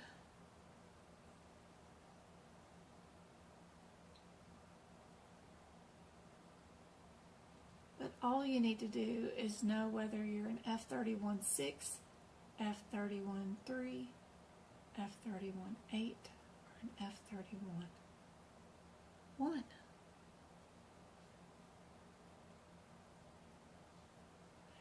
If you avoid your 9s, that gets you down to either B, D. A is way up there with the 6. It'd be either the 3 or the 1. She's moderate. She's not severe. So maybe she's just the 1. D? What do you guys think? And I think the one that's on the exam is something like this, but it's something to do with her sister. So it's written a little differently.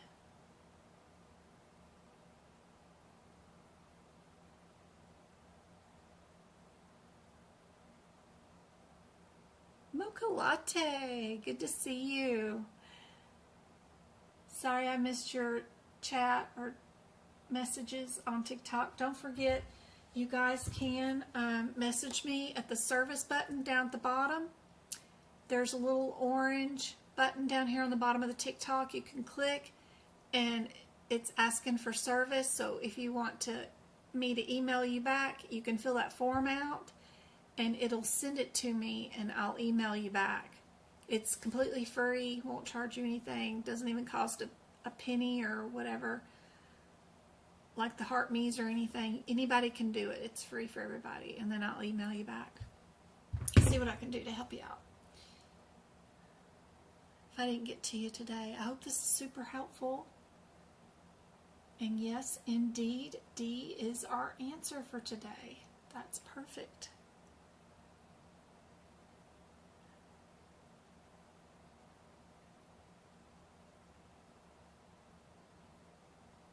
You enrolled in the CPMA course? Oh, cool. I'm doing great. I've got a workshop I did for CPMA.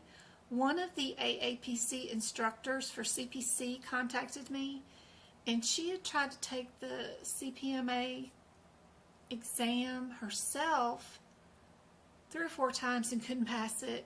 So she asked me to help her out. So I created her a workshop just to go over the cases at the end of the exam.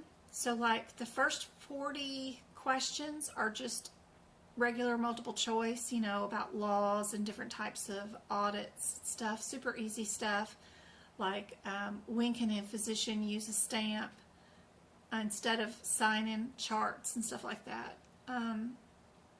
And then the last 65 questions or so are patient billing records and their chart, and you got to know whether they billed it right or not. And that's the most difficult part for everybody to pass. So I have a workshop for that when you get ready. You get down to getting ready to take your exam. Highly recommend doing that. And I have a full set of notes that I had in my book when I took the CPMA exam. I typed them out for you, but I also have them handwritten. I wrote them for myself, so I didn't think anybody was going to read them or cared about them. But then, because people wanted them, I went out and typed them, so you get both versions, but in case you can't read my handwriting. But I have a full set of notes too for that. I think both are less than $50 or something like that for all the notes and the workshop too, so super cool, I guess.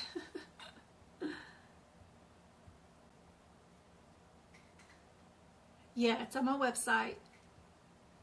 If you go down to the up at the top, it's got all those little headers. If you go to the far right, it says Jen's Notes and Courses.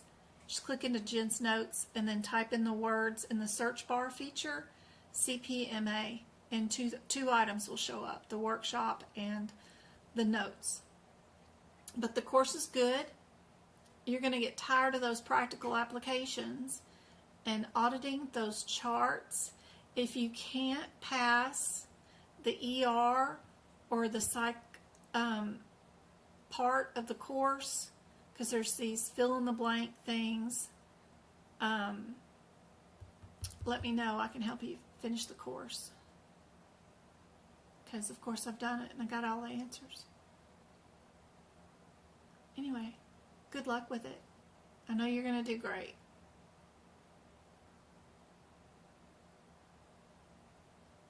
Oh, you do need help? It wasn't, oh, Coco Mama, I'd love to help you out. You're doing those practical applications now in the ER. Oh, aren't they a booger? They are a booger. I loved the chemotherapy at the end. That was fun. I found a quick way to answer those chemotherapy questions when you do those. Those were fun.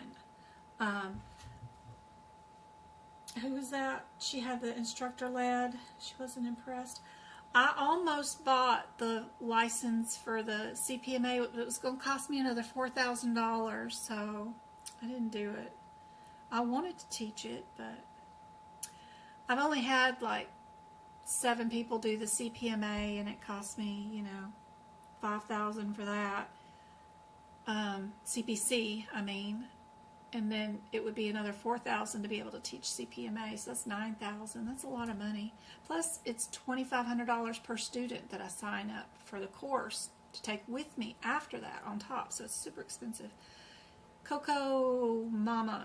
But down here at the bottom, you can click that orange service button down here at the very, very bottom, and it'll bring up a little form that says fill out the form. All that does is link your email to my Gmail, and then I can email you and we can see what I can do to help you out with your CPMA course if you need some help. I've got the course. I took the course, of course, passed, and I have my certifications, and I have the certification to be an instructor too, so it's helpful.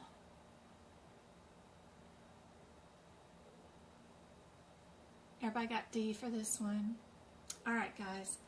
I'm going to go cook some dinner and warm up this voice some more. It's got to be a lot better. I'm going to have to go live more during the week so that I don't show up Sunday with a scraggly voice. Because I didn't use it hardly any last week. So I gotta use my voice. I will do my best to go live tomorrow and Wednesday. That way I can warm up this voice some more. I hope this was super helpful. Love you guys. That's awesome. Yep, there's our next one. Don't forget, at the very beginning, I had that little chart up here at the front with our handy little chapter beginnings, right, with the little emotes for you guys to screenshot if you guys wanted to save that. Just a handy little sheet to remind you that we're dealing with the tummy. If you're in K's, we're dealing with the muscles and M's. N's is all kidneys. Something like that is super handy dandy. And I've got a mock exam for medical coding certification exams coming up on this Sunday at 2 o'clock. We're going to do 75 questions in 3 hours in the same pace as any certification exam. And we'll do it live together. I hope it's super helpful. If you can't attend, of course, the replay will be available for 90 days for you. The same link that you used to get in on exam day will be the same link for the replay for 90 days. And if you work for a company and all 3 of you co-workers want to get together and watch the live together, then have at it. You only need to purchase it once, right? So if you have a group or a people that you guys are mentoring together or whatever, y'all can always do that option too, right? If y'all are going to be together on the same screen, then have at it. That doesn't bother me at all. Have at it.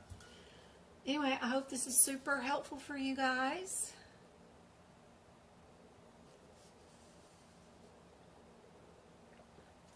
Yep, we are teaching the course tomorrow. We're on the musculoskeletal chapter. Chapter 8 is what I'm doing tomorrow with my students. I do the practical applications with my students so that they don't feel lost and overwhelmed and can get through that part of their course. Then all they've got to deal with is the quiz and the exam at the end of each chapter.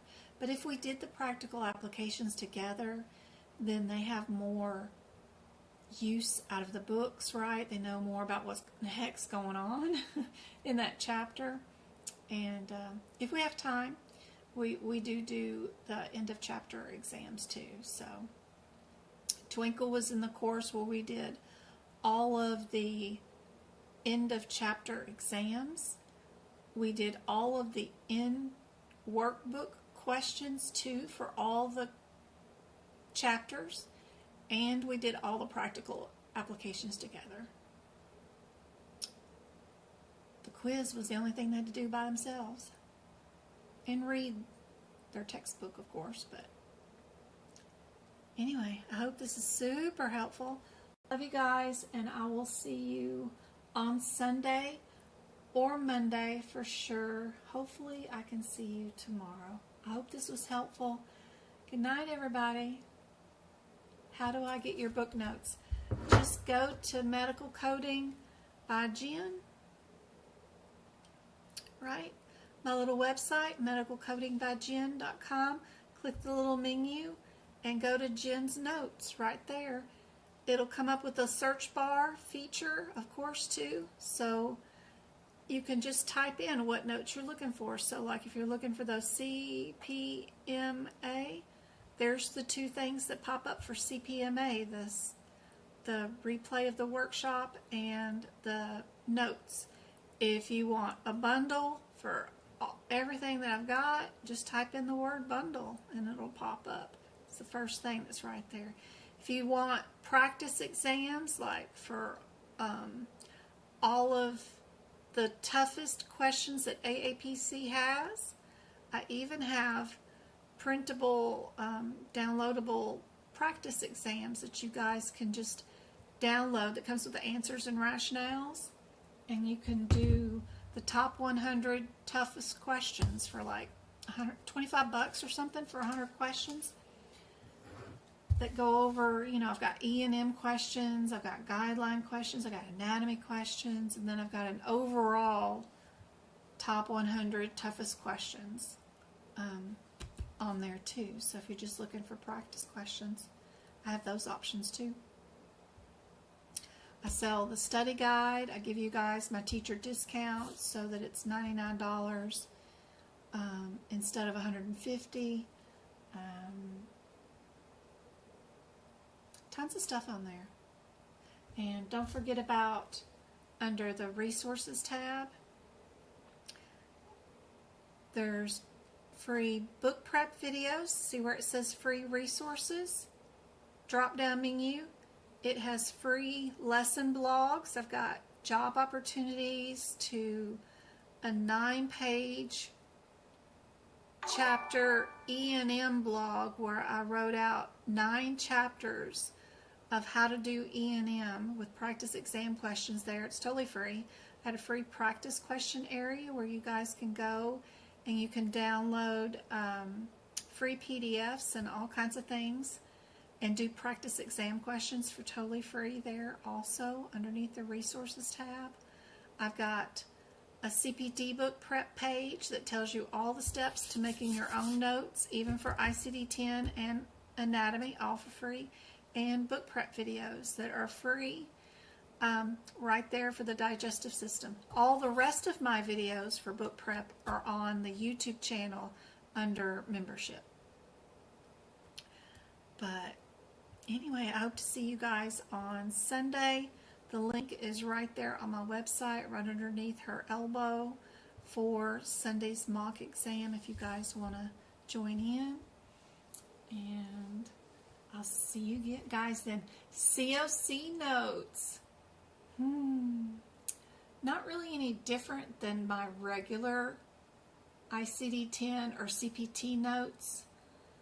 My CPMA notes have the medication list that you guys need for COC, because there's a few questions in COC where you need to have medications down because that makes a difference in some of their exam questions, and I have that in my CPMA thing, like Fosamax is for osteoporosis, Tricor is not a statin, tamoxifen blocks estrogen. Some of those things you need to know a little bit about for COC, and I just write it in the back of my ICD-10 book where we got those full pages of notes available. Amoxicillin, antibiotic, super easy, you know, but they might ask you about that. What kind of medications do they give you for glaucoma? It's an anticholinogenic, whatever. So super cool. Maria Gamble has become a member. Maria. I hope access to all those book prep videos helps you out. I get you started in all your chapters. And if I do the first 10 pages or whatever of any section with you in a live video, then you guys can follow along and keep creating the notes in the rest of the chapter all on your own. But if you do want them where you can download them and copy word for word, you can have that too. They're in my notes section. But the purpose of my CPT book prep pages is, you know, I'm writing on the book and it's really hard to show you exactly what I'm writing as I'm writing. You guys should be at the code that I'm talking about in your own book, listening to what I'm saying that I'm writing down as my one word difference, and just write it down as I'm talking, right? And then it'll reveal, but you know, it's still a camera angle view. It might not be perfect, but that's what's going on in those videos. But we will be starting back up those book prep videos with the ICD-10 book really soon. I already did the 2026 PCS book notes, and those are recorded in the video section for my YouTube membership. So if anybody has the 2026 PCS, I've already started doing notes for those for 2026 year for CCS people. Okay, I really am going to go. Yeah. I love you guys. I hope this was super helpful. Can you give me a random code that has a 7th character? I'm trying to add notes. Yep. S82. S82. So if we go to S82, right?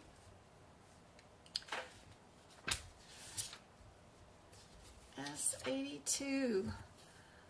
You have to stop at the first 3 digits where it says S82.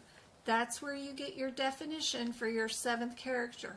A all the way through S here. We've got A, B, C, D, E, F, G, H, J, K, M, N, P, Q, R, and an S. All for S82.